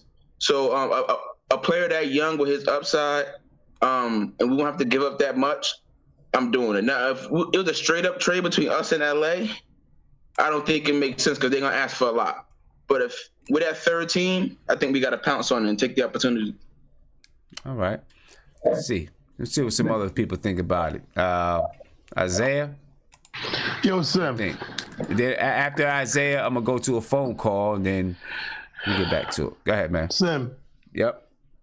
So, I have nothing against Lonzo Ball. I think he's a great player. I think he's a really good player. See, but here's my thing, son. And I'm reading some of the comments and stuff, and it's just funny how people are like, oh yeah, we'll take Lonzo Ball. I don't really believe fans were like that, because the minute he starts shooting bad, people are gonna be like, he's a bust. People are gonna start saying, people are gonna notice his defense. They're gonna just notice his shooting. And here's my thing with that though. It's just like that's the first thing people are gonna hop on when he doesn't make shots. When he does air balls, which he does in LA, people are gonna do that, and then they're gonna be like, he's a bust, he's this and that. See, here's my thing with Knicks fans, Sam. Mm-hmm. They don't notice players or what they do. They don't notice the good unless it's scoring. That's plagued a lot of us for like past couple of years, of that we only care about scoring, and we only care about that we only literally think scoring affects the game of basketball. And it's really not true, because it's like, come on now. Like me, I like Lonzo because he's a great passer, a great defender. He's like a good kid. He's really a quiet kid. And my thing is this again. To me, him and Frank are kind of the same player. It's just Lonzo's maybe a little more aggressive than Frank to a certain extent sometimes. But again, to me, they have the same IQ level. They are very good passers. They play really great defense. It's just when it comes to the offensive end, they're not really good right now. And I don't know if New York will be really good for Lonzo, because, again, I know our fans. I'm reading the chat. They will turn on Lonzo if he goes a couple of games. Golly. All right, Isaiah, I'm muting you for that one. Wait, I didn't mean to burp, man. I'm sorry, man. I gotta mute you for that one. Come on, man. Calling you on live, another but Knicks. What's popping? What's good, man? I'm good, man. What's going on? Trying to get through talking about my boy Lonzo, man. Yeah, we talking about Lonzo, man. Would you take him in New York? Would you want him in New York? I would love to have him. I feel it depends on what we gotta give up. Like, I wouldn't give up Knox, and I wouldn't give up Trey, and I wouldn't give up Robinson. Any other Frank could go. I'd swap him for Frank. But see, the thing is, you gotta look at it. They're not gonna just give Lonzo up for no and it's Kanter or no Courtney Lee. Like, they're not. It's not going down like that. He's too much of an asset, too valuable to just give him up for that. So, well, it would end up being like if there was a third trade involved in an Anthony Davis. If there was a third team involved in an Anthony Davis trade, then he would be shipped he would be shipped to, say, the Knicks or the Bulls, Anthony Davis to the Lakers, and then whoever would go back out to the Pelicans. So it would be kind of like a 3-team thing. Yeah, it would be a 3-team thing, but what's the name would be directed at traffic. The Pelicans would be directed at traffic. You know what I mean? Right. At the end of the day. So they would be controlled, and they would want to. They not just going to let Lonzo slide off like that. They're going to want something from the Knicks, and they're going to want at least right. Something would go back. Something from the Knicks would go back to the Pelicans, and then something would happen. Of course. Yeah, I know, but something of value. They don't. There's no value. I mean, in this category though too, but they're gonna want one of them rookies. You know what I'm saying? Yeah. I can guarantee. So you. what I'm trying to say, like, can you honestly, Lonzo is better than any point guard we got on our team right now, hands down. Probably is. I agree with you. I agree. You know what I mean? And as far as defense, him getting blown by all the time, like Frank gets blown by, Westbrook gets blown, everybody gets blown by. You know what I'm saying? Mm-hmm.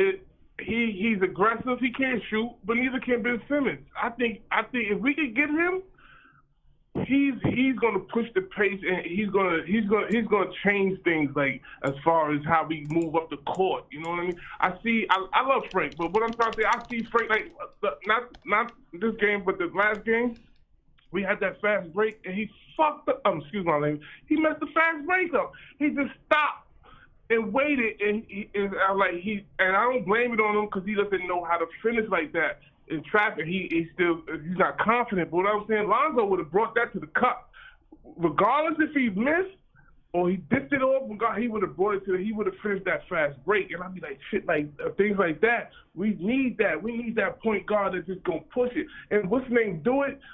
Moutier does it, but he can't finish. He for some reason, I don't know. He just can't finish for some reason. I don't know what it is for him, but he does get to the cup. Yeah, and see the Lonzo, thing. Let's get Lonzo, man. The thing I like about Lonzo, I feel like he pushes the ball up the right way. So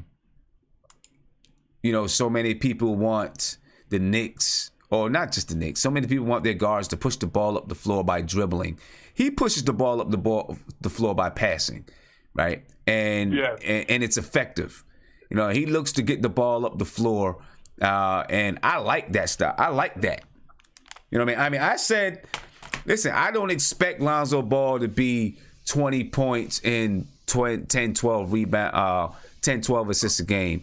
Maybe he gets up there and he assists, as he develops in the league. Now, I said a while back, and people laughed at me on Twitter, right?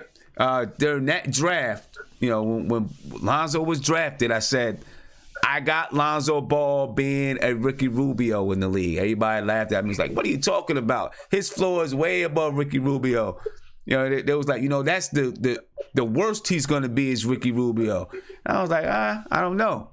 But I'm not mad at that, though, because I think that Lonzo Ball is a creative passer. He gets the ball up the floor the right way. He has a good basketball IQ. He's got good vision on the floor. I think that's all we need. Him and Kristaps Porzingis. I mean, he'll get 5-6 assists a game just from KP, right? And then he'll get a few more from. I mean, if he was on this team right now, in my opinion, with the way that he knows how to play the game, this team would look different right now. I believe it would, because I believe he is a point guard, and I agree with you. He's better than any point guard that we have. Okay. Yo, we got the worst record in the league? Yeah, we got the worst record in the league. Yeah, 11 straight losses, man. If we would get the worst record in the league, the year we got to bust it down 3 ways, though, right? Hey, I appreciate your call, man. Take care, man. All right, man. Let's tune in next time, man. You have a nice night. You too. Peace. All right, let me see. Let me get to Viv. I want to know what Viv thinks about this, about Lonzo Ball. And maybe I'll come back to Isaiah after he's, got all the gas out of his body. This is like the second time in 2 streams that he's burped. That's why I had to cut him off. You know what I mean? That's why I had to cut him off, man. Viv, man, what's up? What do you think? What's going on, Tim? I'm good. Oh, good. This whole the Lonzo Ball? Yeah. Would you like Lonzo Ball? See, I don't like as a player. I think he's gonna be a pretty good point guard. For me, it's about the baggage, right? And the baggage is the Ball family. Right. Right. Look, we know the Ball family. The reason they're quiet right now is because of Magic. Not Magic, really. Not Magic Johnson. Really, the reason he's quiet is because of LeBron. Right. And the whole conglomerate of LeBron, right? The moment you put that in New York, LeVar Ball will be back in action. LeVar Ball, Lonzo Ball doesn't get his minutes, he'll complain. It's just like you don't want to deal with that whole distraction. But he's a good player. It's very interesting. He's a good defensive. He's a pretty decent defensive point guard. I don't know if he's above average in the metric standpoint, but I thought he's pretty good. And he can definitely pass the ball. His biggest problem actually is he's afraid to go into the lane because he can't hit free throws. Right. So he has like a reverse aggressive problem where it's like, all right, I can be aggressive, but I don't want to because I'm afraid to go to the line. Right. Yeah. Lonzo Ball is shooting 41.7% from the free throw line this year, and he shoots 43.7% for his career. Yeah, that's the reason he has really struggled, or not struggled. I mean, that LeBron's made a big difference, but I think the reason he's regressed a little bit is because teams have just sagged off in the sense where they will essentially dare him to try to go into he'll refuse to go to the lane basically. They'll play him that way, and they'll get rid of any opportunities to dish it out when he scores. It's all other stuff. They're kind of forcing him to go to the line. But to me, it's not about the player. It's more just about the whole baggage. Yeah. I feel you there. We'd have to deal with his dad, and that could be a problem. Big shout out to Marty Knicks for the super chat. He said, Isaiah, I thank you. I think he was talking about Lonzo Ball. Your comments about Lonzo Ball before you burped. And then Ace Bezel, thank you for the super chat. He says, sign me up for Lonzo. He's a great passer, great rebounder for a point guard, and a great outlet passer. Those are some of the things that I see in Lonzo too. Look, he averages 5 rebounds a game for a point guard. 5.4 assists, and I'm sure he's going to pick that up as he develops and gets better. Without shooting very well, he shoots 40% from the field, 32.9% from 3, only 41% from the free throw line. He still averages 10 points a game. That's not too bad, really, given his percentages. You know what I mean? So, man, all right, Isaiah, I'm gonna come back to you, man. All right, I hope hopefully you finished your soda or whatever you was drinking, so you don't have to burp, right? You good? Sim. Yeah, what's up? I only do water. I'm on a 1-year water journey. Water don't. Okay. All right. I was a little gassy, man. I was a little gassy. And a little gas X. So. Go ahead. Stop it, Nate. But no, okay. So Sim, back what I was saying. So here's my thing, Sim. Again, I like Lonzo. I really like Lonzo as a player. Mm-hmm. I really do. I think he's a great player. He will be a great player. But here's my thing, though, Sim. And it's what people are. I'm reading the chat what people are saying. And I'm reading the chat what people are saying, like, "Oh, sign me up for Lonzo. He plays defense. He passes the ball. He gets the players in rhythm." And I'm thinking to myself, this is what Frank does. And people are trying to say, "Oh no, this." I'm trying to tell people, Lonzo and Frank are the same players. And, Lonzo was a better rebounder than Frank, but shot wise, they're pretty much almost the same. When they be aggressive, they're literally almost the same. And they both hesitate to establish offense because they're both very long, and they're both like again they both lack aggressiveness when they should be taking over the game. People have to understand. People are looking I think the biggest thing that Lonzo Ball has over Frank is confidence. Yeah, and yes, and no, yes, and now the one thing about them, they're both very nice dudes, right? Very nice.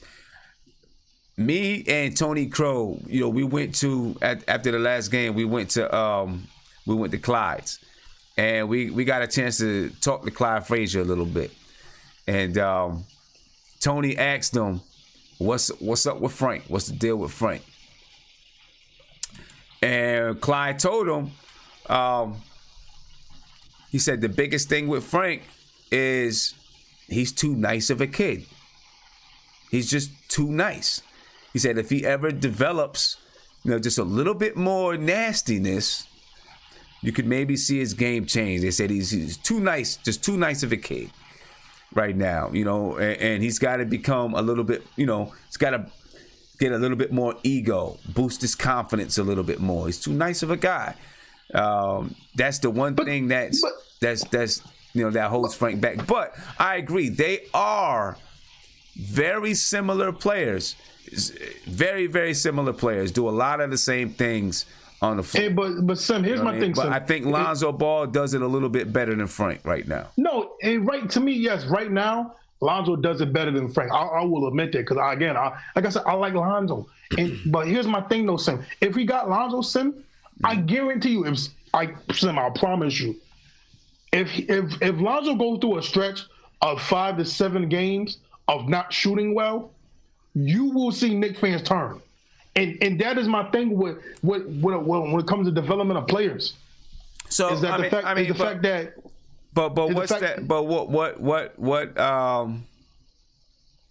what's the difference between any other player though? Any other player that comes in is going to be the same thing, ain't it? Yeah, but that's my thing though. People are talking about, sign me up for Lonzo. But my thing is, again, a lot of the fans would turn on Lonzo when he starts breaking his shots, goes 1 from 6 from 3, and just do a lot of the things that Frank does. And everybody hates Frank. Everybody hates Frank about not scoring. Well, when Lonzo does some of the same things too. Okay. But that's all I'm saying is that, how about we develop our guys? And again, if what Clyde Frazier is true, yes, Frank got to get a little more nasty because he's a good kid and he came from a good place and a good thing. It's just about, to me, keeping the same energy. If we had a similar player like Frank, it just because people are just looking at people looking at the flashy patterns and a little bit more confidence of Lonzo that they see in him versus what they see in Frank, even though him and Frank almost do the same thing. Well, you know what? I'll tell you what. I mean, if one of those two guys could score, right? If one of those two guys could put up points, it'd be nice to see them together.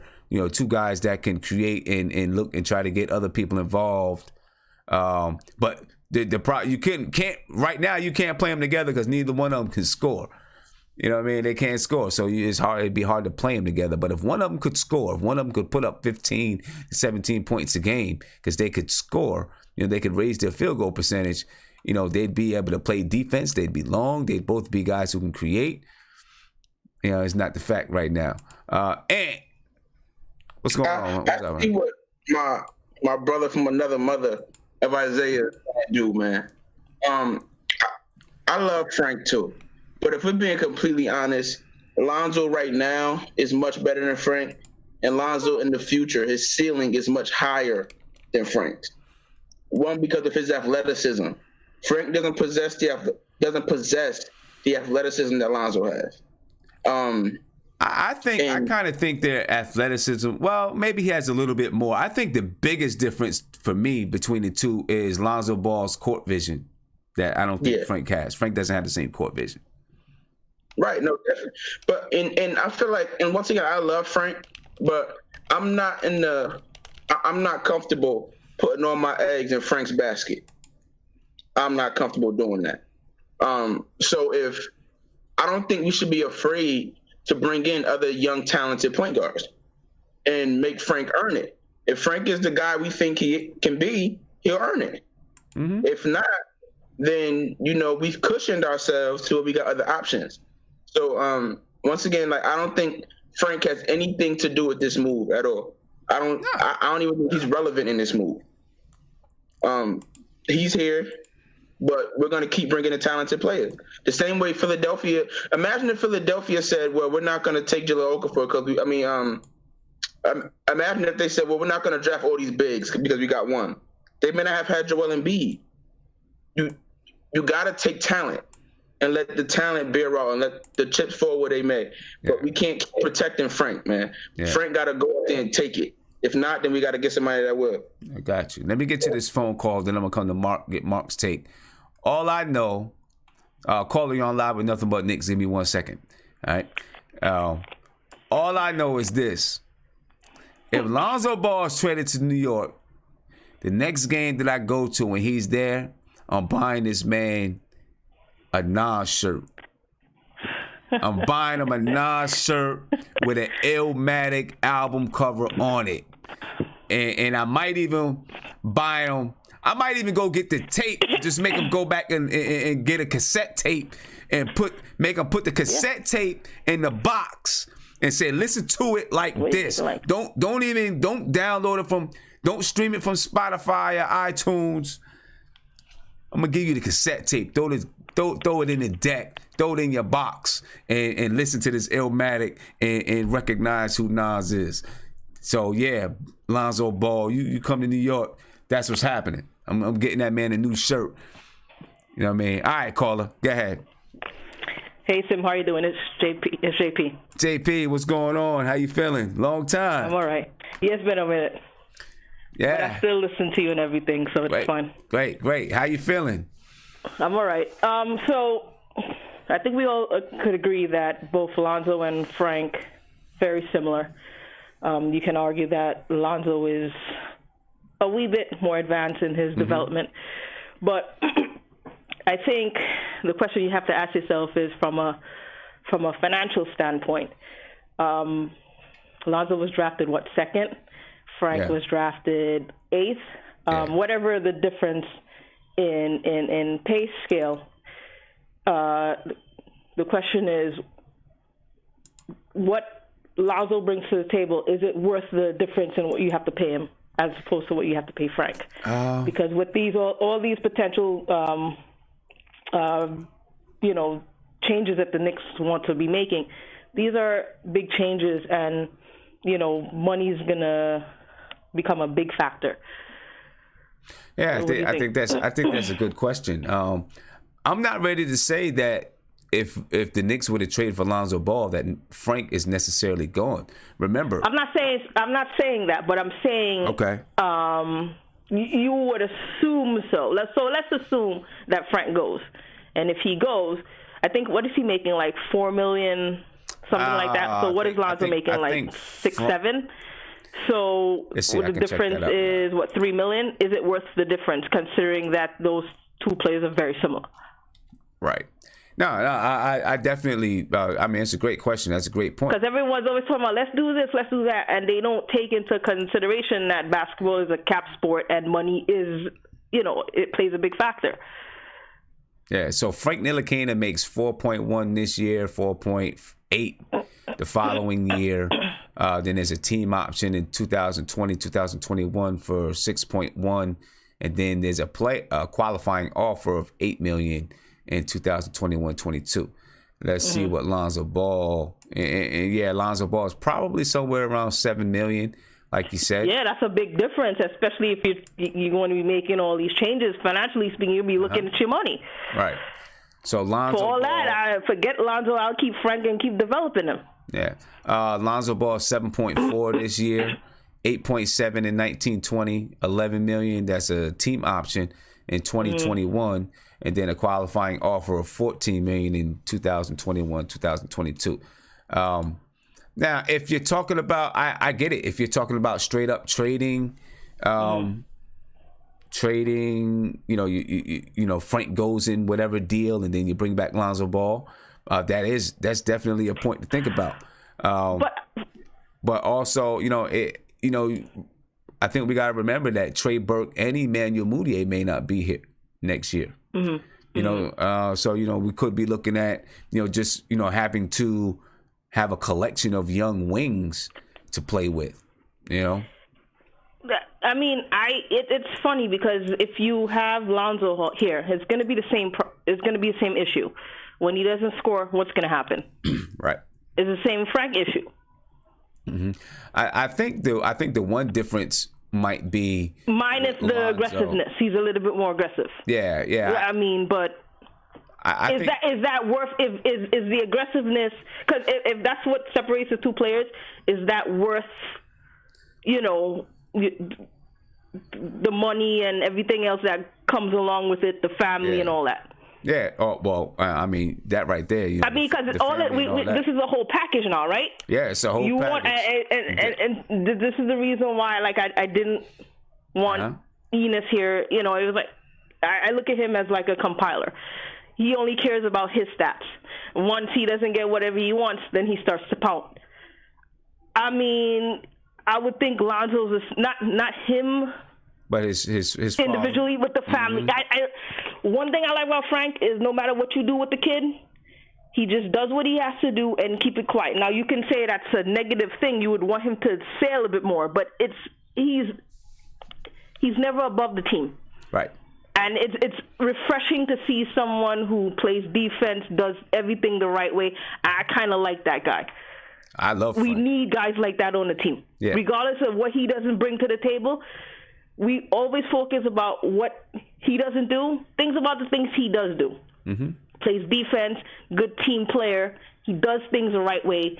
Mm-hmm. You have to have guys like that on your team. I agree. Especially someone who you're rebuilding. That's the kind of guy you want to rebuild on your team. You have to have that guy. Yeah. I agree with you. I would hate to as far as this whole Fizdale thing, he made his bed. Now he has to lie in it. Yep. Now I realized recently that he's trying to do this this I want to play defense. If he had this, if he had that mindset from the beginning, and if he was like, okay, I'm going to play the defensive guys, we don't care about scoring, I'm telling you, the Knicks would be farther along than where they are now. I agree with you 100%. But he wants to do everything like 3-4 months later after the fact. It's not going to work. Right. You let Trier do what he wants. Burke does what he wants. It's crazy. So you're trying to rein it in now. It doesn't work like that. Yeah. I don't know how you fix the problem. I don't know what you do. I can't answer that. Yeah. You know what? The only thing that I can think about how the problem gets fixed is that if they have a fire sale at the deadline, and Tim Hardaway's gone, Kanter is gone, a bunch of these guys are gone. You're looking at next year, after the deadline, and next year you're kind of starting over all over again. You're still gonna have some guys though that remember the previous year, but it's hard. It's crazy. It's unfortunate. It really is. I mean, it's unfortunately we have to watch this, and my biggest fear is we'll get in the lottery like we always do, and every single year, every single time that the Knicks have been in the lottery, we've dropped. We've never stayed or moved up. So I'm just resigned to the fact that no matter what happens, we're gonna fall, and I'm just like, that's what I'm fearing, and it is what it is. Yeah, Knick things happen to the Knicks, don't it? I'm just like disgusted. I'm sick. I don't like at the way the NBA is moving right now, where these small market teams, they get the good draft picks. Then 2-3 years later, these draft picks want to go to these big market teams, and then you have a team like the Knicks. They have to give away you literally have to give away 2 or 3 worth of draft players just to get one guy. And then if you get him, 18 months later, he's gonna I don't want to play here, and it's a nightmare. I can't take it. It's crazy. I have not watched the Knicks game since. I can't tell you. I just can't do it. Wow. My stress level is crazy. It's too much. And I don't know. Yeah, I'm not abandoning the ship, but it's hard to. I don't like the signs that I'm seeing. I've seen this before, right? And I get it.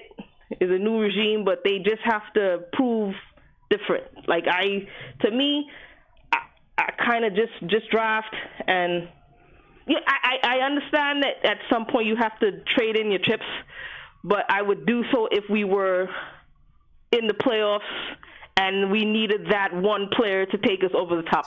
We're nowhere near that. So we shouldn't even be in the Anthony Davis conversation. I don't want to hear it. I don't know, man. I feel your pain, Jamila. I feel your pain. I know. But I'm still listening, man. Keep doing what you're doing. I'll continue to support. Have a good night to the chat. All right, have a good night. Take it easy. All right. Yeah. Hey, you know what? Jamila said a lot of good stuff in there. A lot of good stuff in there about the Knicks. I feel you, Jamila. I definitely feel your pain. Mark, here we go. I know you got something to say about it. Mark, I'm about to come to you, Mark. You ready? offensively. That's Mark. where he's better than Porzingis. Hey, Mark. But I think when Porzingis, I'm live. All right. Yeah, you ready? Yeah, what's up? All right. With Lonzo Ball, right? Yeah. It's the baggage, right? Mm-hmm. Because right now LeBron's in LA, so the father ain't gonna come out like that. So if he comes to New York, I don't think his father's gonna come out, but I'm just afraid of it. But that kid has cerebral point guard talent. When he's aggressive, Sim, he's one of those point guards that can take over games. Just him being aggressive. He reminds me of Gretzky. He's not gonna be one of them point guards that hold the ball so for him to get assists. He's gonna put the ball into people's hands for them to make moves. Yeah. That's the type of point guard he is. He's not like Rondo. He's gonna need stars around him. If we end up getting like Kevin Durant or Anthony Davis and have Porzingis, I would take Lonzo because defensively he's better than what I thought. Like he's agitated defensively. He can disrupt offensive defensively when he's engaged. His problem is that he is not aggressive to where he's consistently aggressive. He shows you, but his cerebralness as a point guard, I'm not questioning it. It is A+. He makes some of these plays where you go like, listen, if this kid really wanted to be good, he can he could be as Jason Kidd. Put it like that. Special as Jason Kidd. Because he's quick enough to blow past his defenders. But he's just not aggressive. He's afraid to get to the rack. And his free throws. He's a decent shooter. He can make a shot, but he's afraid to go to the rack and the baggage. But if we could get him, that's if Anthony Davis. That only happens if Anthony Davis gets traded to the Lakers, which that's not happening. Right. It has to be that would be like in a 3-way trade because he said if I'm not going nowhere else unless it's Chicago or New York. So that's the only way it's happening if Pelicans said, okay, I'm going to give Lakers AD, and that ain't happening. The Western teams ain't helping the Lakers. Y'all got to know that. So I think Lonzo, when we have talent around him, he's going to make everybody look good. And just look at the UCLA team, Sim. He made them all lottery players, pick players. From Leaf, it was Leaf. He played with Drew Holiday, little brother. But he had TJ Leaf as a lottery pick, and he was not good. He barely plays in the league now. He's on Indiana. He don't play. He's a cerebral A+ passer. He has that gift, but he has to be aggressive. He's not like Frank, because I heard the caller. They're not the same because you will see it more. You see it more. Well, I think they have the same style of play. I think he's better at doing what he does. He's better at doing it. He's more, he's a better passer. He's got better court vision. His court vision is A+, man. And the thing is, when he got the ball, though, he commands a different attention that Frank does, honestly. Because when I'm watching the Lakers, and when I watch him bring up the ball, I'm watching him. And teams are watching him because when he pushed the ball with pace, he's just one of those point guards that can control the outcome of the game just by passing the ball and being on the floor. He's one of those plus-minus guys. You don't have to put up 15 points. He's good defensively, he disrupts, and he could pass, and he's a team player. And you will never have to worry about like him in the media or anything like that if his father's not in the media. And that's what the type of player I want in New York with Porzingis and whoever else come. But we have to have superstars around him. He's an A+ point guard, man. He is. Yeah. He is. I wouldn't mind. Listen, I wouldn't mind having Lonzo Ball, and I would love to be able to have him and Frank. Yeah. And then you no longer have Moutier, you no longer have Trey Burke, you got Lonzo Ball, and you got Frank, and you let the chips fall where they may. You got two guys that can play defense. You got two guys that want to move the basketball. Neither one of them can shoot worth nothing, but you hope that they can, find a way to get the ball in the hole when it's necessary. But guys like if you got KP and you got you gotta have a superstar around him. It's just like with Rondo. Rondo would never be good. You got Rondo KP. would never be good. You got KP, you got Knox, If you're, you don't get, if Lonzo Ball comes, you're not getting Anthony Davis. So you probably still got your draft pick. You bring in a draft pick. Now you got two guys that can get the ball to these players. And the thing too, Sim, Lakers never develop young talent. Yeah, well, they're the Lakers, man. They find a way to get stars. So. That's it. So you're never going to see developed players from them ever. It doesn't work. Look at D'Angelo Russell now.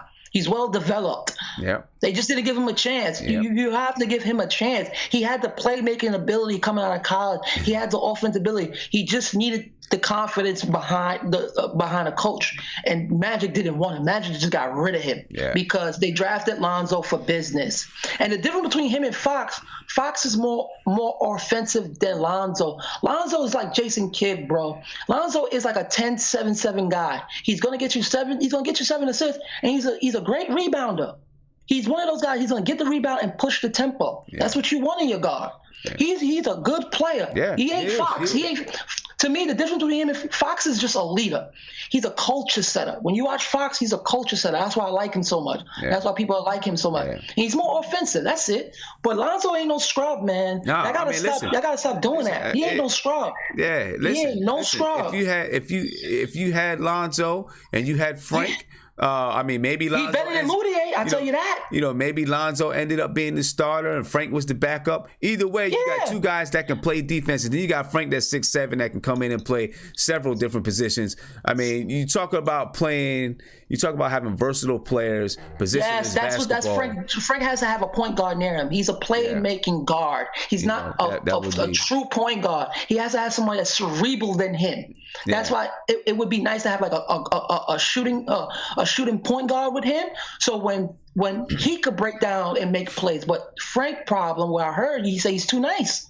He has to go to West 4th Street in the summer and toughen up. You would toughen up down there. Yeah, man.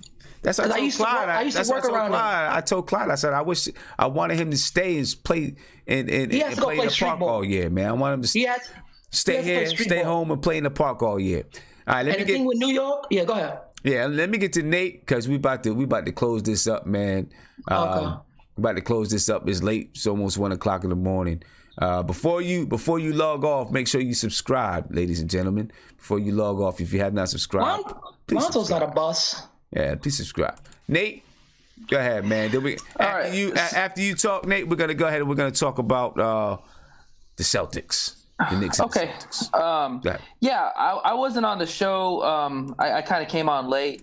So what's all this talk about Fizdale? Like, why is everybody is hating on him? I mean, just because he played Kanter, is that why? I mean, Viv thought that maybe he caved a little bit into what everything that he was saying about not playing Kanter and the way that you want the team to go and stuff like that.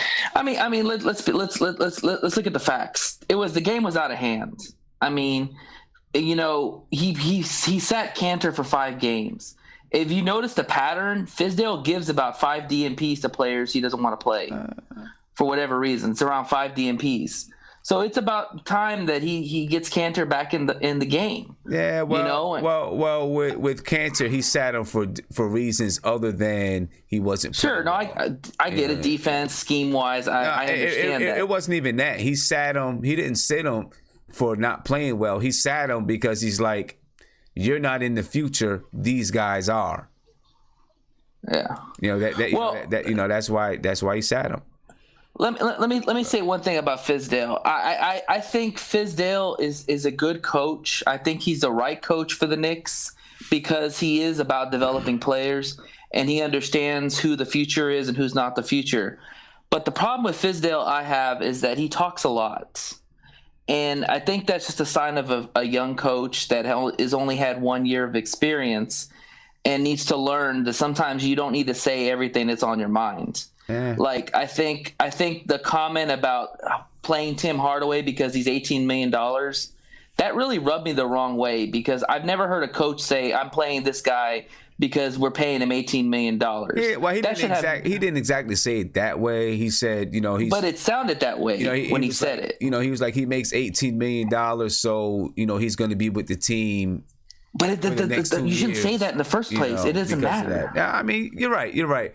But look, I don't think that it's. I don't think that it's that he's a young coach. I think this is just Fizdale. I think that's how Fizdale. I mean, he's young and inexperienced. He's only had 1 year a full with Memphis. He was an assistant before that under Spoelstra, who's a hell of a coach. So he's had some good tutelage. But the thing about it is he's still learning as a coach in the NBA. I think he just needs to do less of this and teach more behind the scenes. And maybe he is. I don't know. We don't watch Fizdale all the time. We just see what we see on the court. But let's also be real. This is a young team. Young teams lose a lot of games. I mean, you're a coach. I'm a coach. I coach little kids. You can teach them fundamentals all you want, but they got to go out and do it. Yeah. And some of these players, let's be honest, are not that intelligent. Okay. So I think we. Oh, go ahead. Finish. No, I'm just saying a lot of them maybe don't comprehend certain things or whatever it is, whether it's defensive, whether it's switching, whatever it is. I don't know. But the thing is, a lot of these players are not going to be on the team next year. And if you're talking about having a fire sale, you're talking about more than half the team going to be gone next year. So yeah, it's going to be a fresh start. Not to mention your best player is sitting on the pine right now, and we haven't even seen one game with him. Yeah. So it is a lost year in a sense, and I think people need to understand that this is what happens when you don't have your best player. You're going to lose a lot of games. And not to mention, we're injury riddled right now at the point guard position. And when you have a lot of injuries at the point guard, it's going to make your team bad because you need the point guard to get the team going. Yeah. And we don't have that point guard right now. I mean, Kadeem Allen's playing probably the best point guard I've seen so far. Yeah. All right. And we just resigned him. Yeah. The Knicks versus the Celtics. It's going to be a loss. I mean, hopefully it's competitive. I mean, I feel like I say that about every game we play. I mean, that caller that was talking about how it's stressful to see the games. The Knicks have been competitive throughout most games. It's just at the end they just either they forget how to play or the defense goes to crap or whatever it is. But we're competitive for most games, and I would imagine against the Celtics they will show up and they will keep it close, but we'll probably lose at the end by some boneheaded play. Right now, the Knicks are averaging, they're 1-2 against the Celtics. We beat them once. We average 106 points per game against them. We shoot 43.4% against them. We actually shoot 39% from the three against the Celtics. Yeah. We've played some of our best games against the Celtics. Yeah, we've been averaging 47 rebounds a game, but now Kanter's not playing, so that's going to change a lot. And we don't have a lot. We got a lot of guys down. Average 23 assists versus the Celtics. So, we see how that goes. Versus us, what are the Celtics doing this year against us? Against us, the Celtics are averaging 113 points per game versus us. They shoot 44% from the field, 33% from three. They average 47 rebounds a game and 27.7 assists per game versus us, only 10.7 turnovers. That's right now. That's what it looks like on the season versus the Boston Celtics. The Celtics right now, looking at the standings, we take a quick look at the NBA standings. Yeah, I think they're fifth. Yeah, I believe that they are. Right now, the Boston Celtics are fifth in the Eastern Conference, and I'm going to pull these standings up real quick, just so we can take a look at the standings. Looking at the Eastern Conference right now, the Milwaukee Bucks lead the Eastern Conference to 36-13, followed by the Toronto Raptors, Philadelphia 76ers, Pacers, and the Boston Celtics. The Pacers could be falling soon because of the injury to Oladipo. They've lost 3 in a row. The Celtics are 32-19. That's the Knicks' next opponent. They've won 2 in a row, 7-3 in their last 10. The Brooklyn Nets are in the playoffs, ladies and gentlemen. 28-24 are the Brooklyn Nets. They're 8-2 in the last 10 games. They're on a 1-game win streak. They're playing very well. And fans still are not coming out to support the Nets. Isn't that something? Because the Knicks are awesome. Next question. Right. The Miami Heat are 24 and 25. And then you got the Charlotte Hornets are also 24 and 25. The Washington Wizards are looking outside the playoffs at 22 and 29, but they're still trying to make a push. Still trying to make a push to get in there. Let's take a look at the Western Conference. The Golden State Warriors have reclaimed their spot on top of the Western Conference. They've reclaimed their spot. You got the Denver Nuggets just below them at 35 and 15. Oklahoma City Thunder 32 and 18. The Trailblazers 32 and 20. The Rockets shrugging along at 29 and 21. The Spurs, the always good Spurs, are 30 and 22. The Utah Jazz round out the top 8 at 29 and 23. The Clippers round out the top 8 at 28 and 23. And then the Lakers are just behind at 26 and 25. You got the Sacramento Kings at 26 and 25. They want to make a push for the playoffs. The Minnesota Timberwolves, 25 and 26. Dallas Mavericks, 23 and 27. And the Pelicans, who are not going to keep Anthony Davis. He is going to lead the Pelicans, are 23 and 29.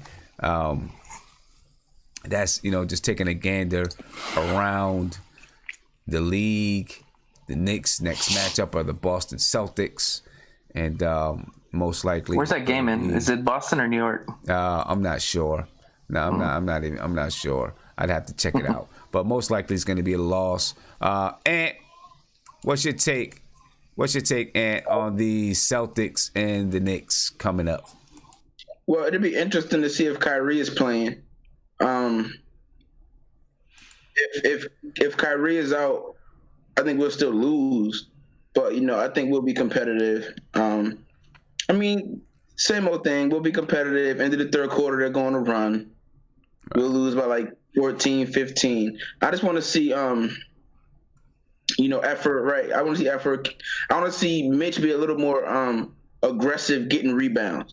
Mm-hmm. We know he can play defense. We know he's active, but I think the next step in his development is becoming a great rebounder. He has all the tools. I just want to see him focus on that a little more. Yeah. And not to be just be more efficient.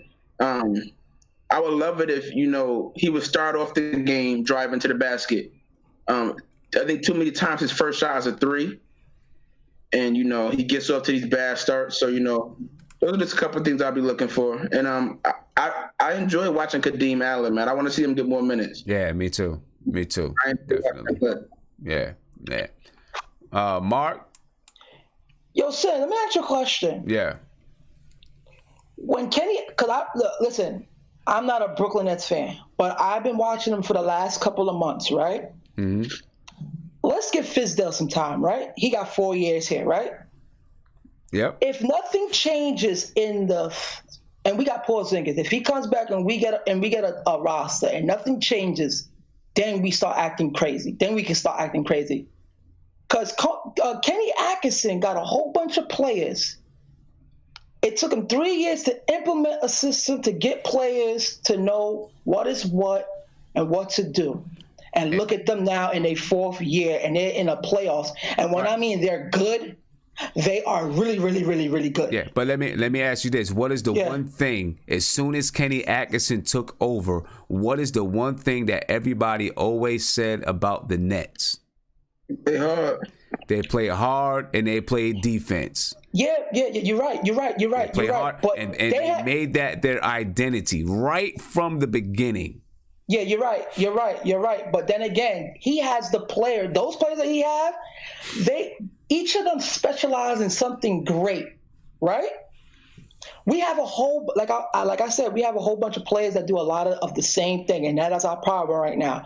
When we can get players that has different roles that we could mesh together, because when you watch the Nets, it's just players mesh together into one thing, and they just go out and play hard. Let's just give Fizz some time, because if Kenny Atkinson was here, one thing that you can control, Mark, one thing that every player in the league can control is if you play hard.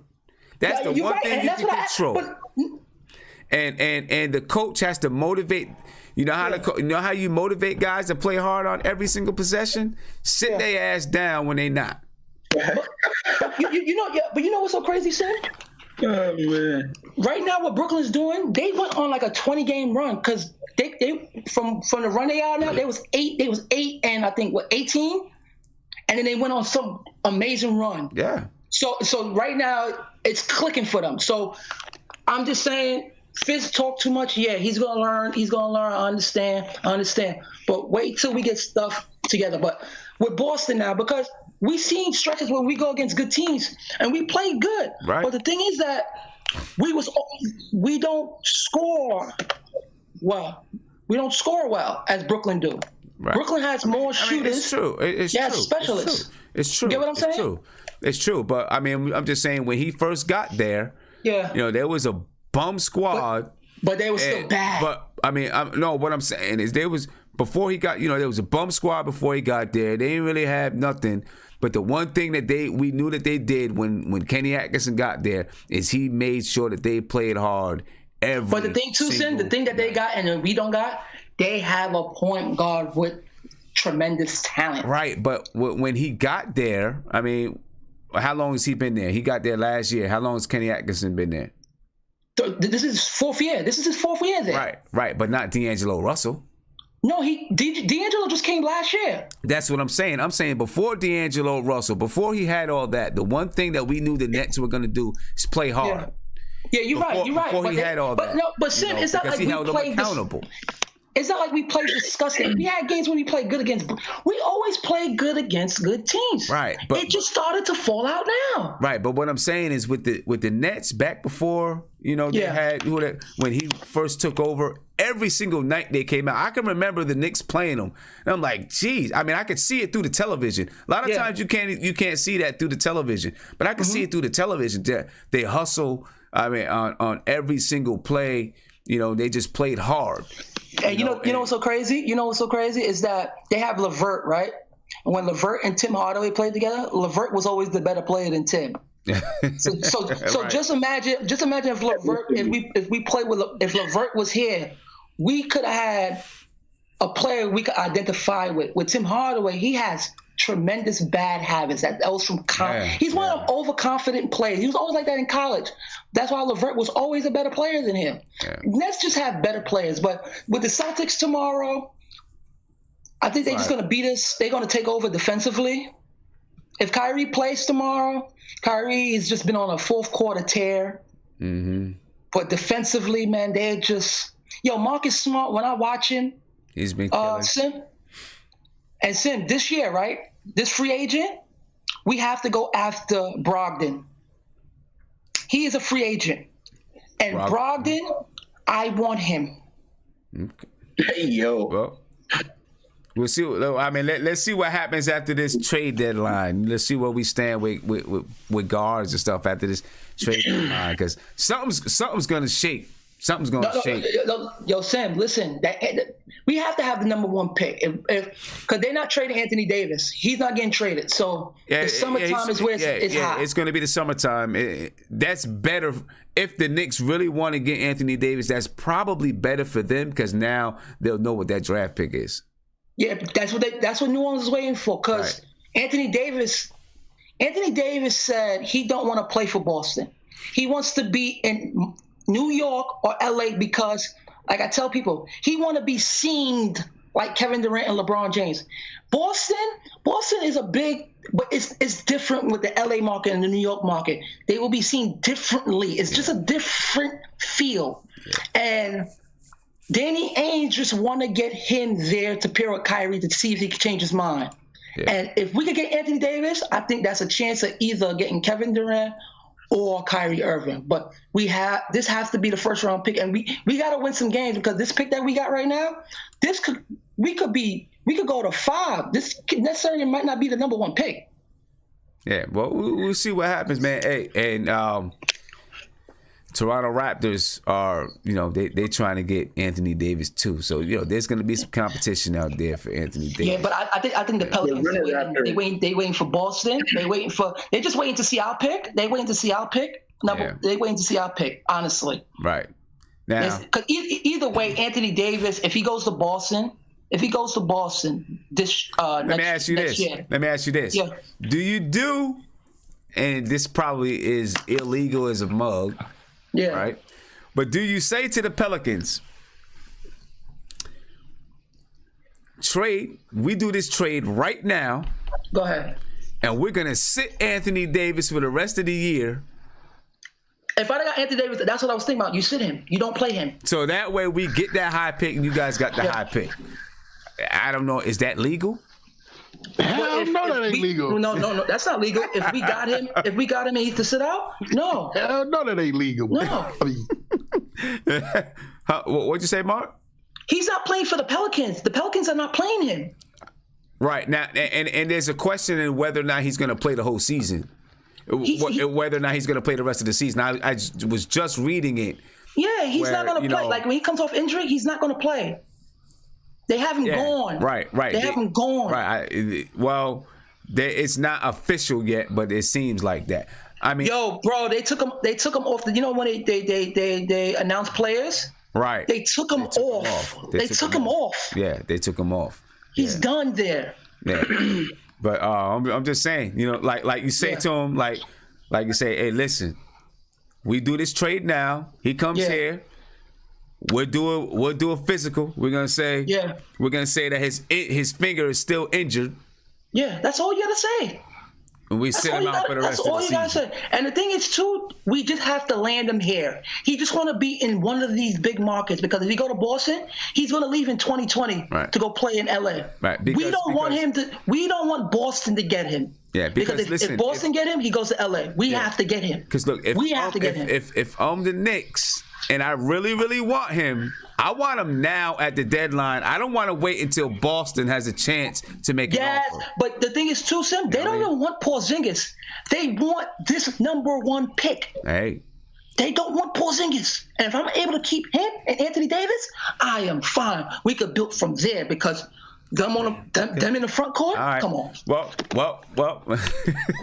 Come on. Come on. Hey, go ahead, Isaiah, man. Finish it off, man, with what you think about Boston. We're about to get up out of here, man. All right, man. I think Tatum going to show out if Kyrie don't play. I said Isaiah, Mark. I said Isaiah. My bad. Had a chance. My bad for stealing your shine, bro. All right, man. It's all right. This man had a chance. He went on 72 different tandems. Now he want to come back. Go ahead, Isaiah. Oh man, hey, we got the legendary Pastor Mace on Friday. Yeah, coming to the Garden. We got Pastor Mace. Harlem Road in the house. You know what, Sam? Let's just to recap the whole conversation that we had today. The Knicks got to play harder, man, and I just can't wait. I do agree with Mark. You hear me? I do agree with Mark in the sense that Fizz doesn't have his guys because I know for a fact I know in the Fizz head, he's like Trey Burke and all these dudes, they don't play hard. They don't play hard, and I'll give Fizz this, that Fizz doesn't have his guys yet. But I also agree with you when it comes to Fizz should have put a system in for the guys that the guys he do want to keep here and let them know. And I'll say this about Fizz, and this is about every teacher, and I think maybe why Fizz, and this is my thinking of rationalizing what Fizz does. Maybe when Fizz gets on Frank and Dot, he gets on the players that he knows are going to stay here that he wants. Mm-hmm. So maybe Fizz does reverse psychology with the players. He goes hard on the players that are going to be here. You always go hard on like the ones who got the most potential because you see it in them. That's like, yeah. So maybe that's what he's doing, and I hope that's what he's doing. But also too, again, I like Lonzo, and if he's here, hey, I'll accept him because I'm a Knicks fan, and I root for all the Knicks players. I would love to see Lonzo and Frank I'd love to see Lonzo and Frank. That would be awesome. That'd be a great defensive, passing, unselfish type of basketball that I strive and I pray that we have one day. Mm-hmm. So that would be awesome. But and with Boston, hopefully we play well, because I don't want the number one. I don't want the worst record, because the way that's looking, the worst record right now. Yo, he got the King Diamond box. You're literally more likely to fall in 5th place. So and this would be the most typical. That would be the most typical Knicks-ish to happen to the Knicks in like 30-something years, where we finally have the worst record, but it doesn't matter this draft, because this draft, you don't have the highest chance of getting the pick. And of course, our luck, we would get the 5th pick. So, and that means we would lose out on all Duke kids, John Morant, and that would really happen. And we might, I don't know, we might settle for Kevin Porter Jr., I don't know. But yeah, he's good. He's good. But again, hopefully, I just want us to play hard, and Frank getting that. Listen, I want Frank, man. Listen, my whole goal with Frank for the summer: hang with Ron Strickland, hang with hang with Mark Jackson. Do get a little nasty, because Frank, he's a nice kid, and I love that he's a nice kid, because I feel like he just has a bright future, but he does have to get more nasty. I can always agree to that. He has to get nasty. And look at this. Enes Kanter on ESPN. Kissing the floor. All right, so Boston, New York. Oh, yeah, Boston's about to thrash us. That's about to be bad. You think so? But luckily, Sim, your daughter's the best basketball player here. So we will be fine. Yo, she's nice. She was busting your ass. Can't even front. Oh Lord. I mean, she's all right. She all right. She all right. She all right. Yo, you was crazy. I can't see your face, but I know you smiling. She all right. Nah, she's dope, man. I can't wait. I'm gonna go to her. I'm making it official now. Hold this video. When she go to college, I'm going to one of her games. I'm painting my body to the whatever number she is. And I'm going in there wilding. Yeah. If I get kicked out, you getting kicked out with me, Sim. Yeah. All right. Last words, Isaiah. Couple of last words from me, man. Yeah, shout out to everybody in chat. This was a great show. Shout out to Mark. Shout out to Nate. Shout out to Ant. Shout out to the elitists in the building right now. If you don't want your Prince dancing in the videos, the baby crying, Lily, Mean Son, all these dudes, Ace Bezel, come join the elitists, man. Come join this chat. Oh yeah, subscribe to the chat. Hey, when's your next show? My next show? You never told us. Yeah, when's your next show? You know what's crazy, man? I gotta host one, man.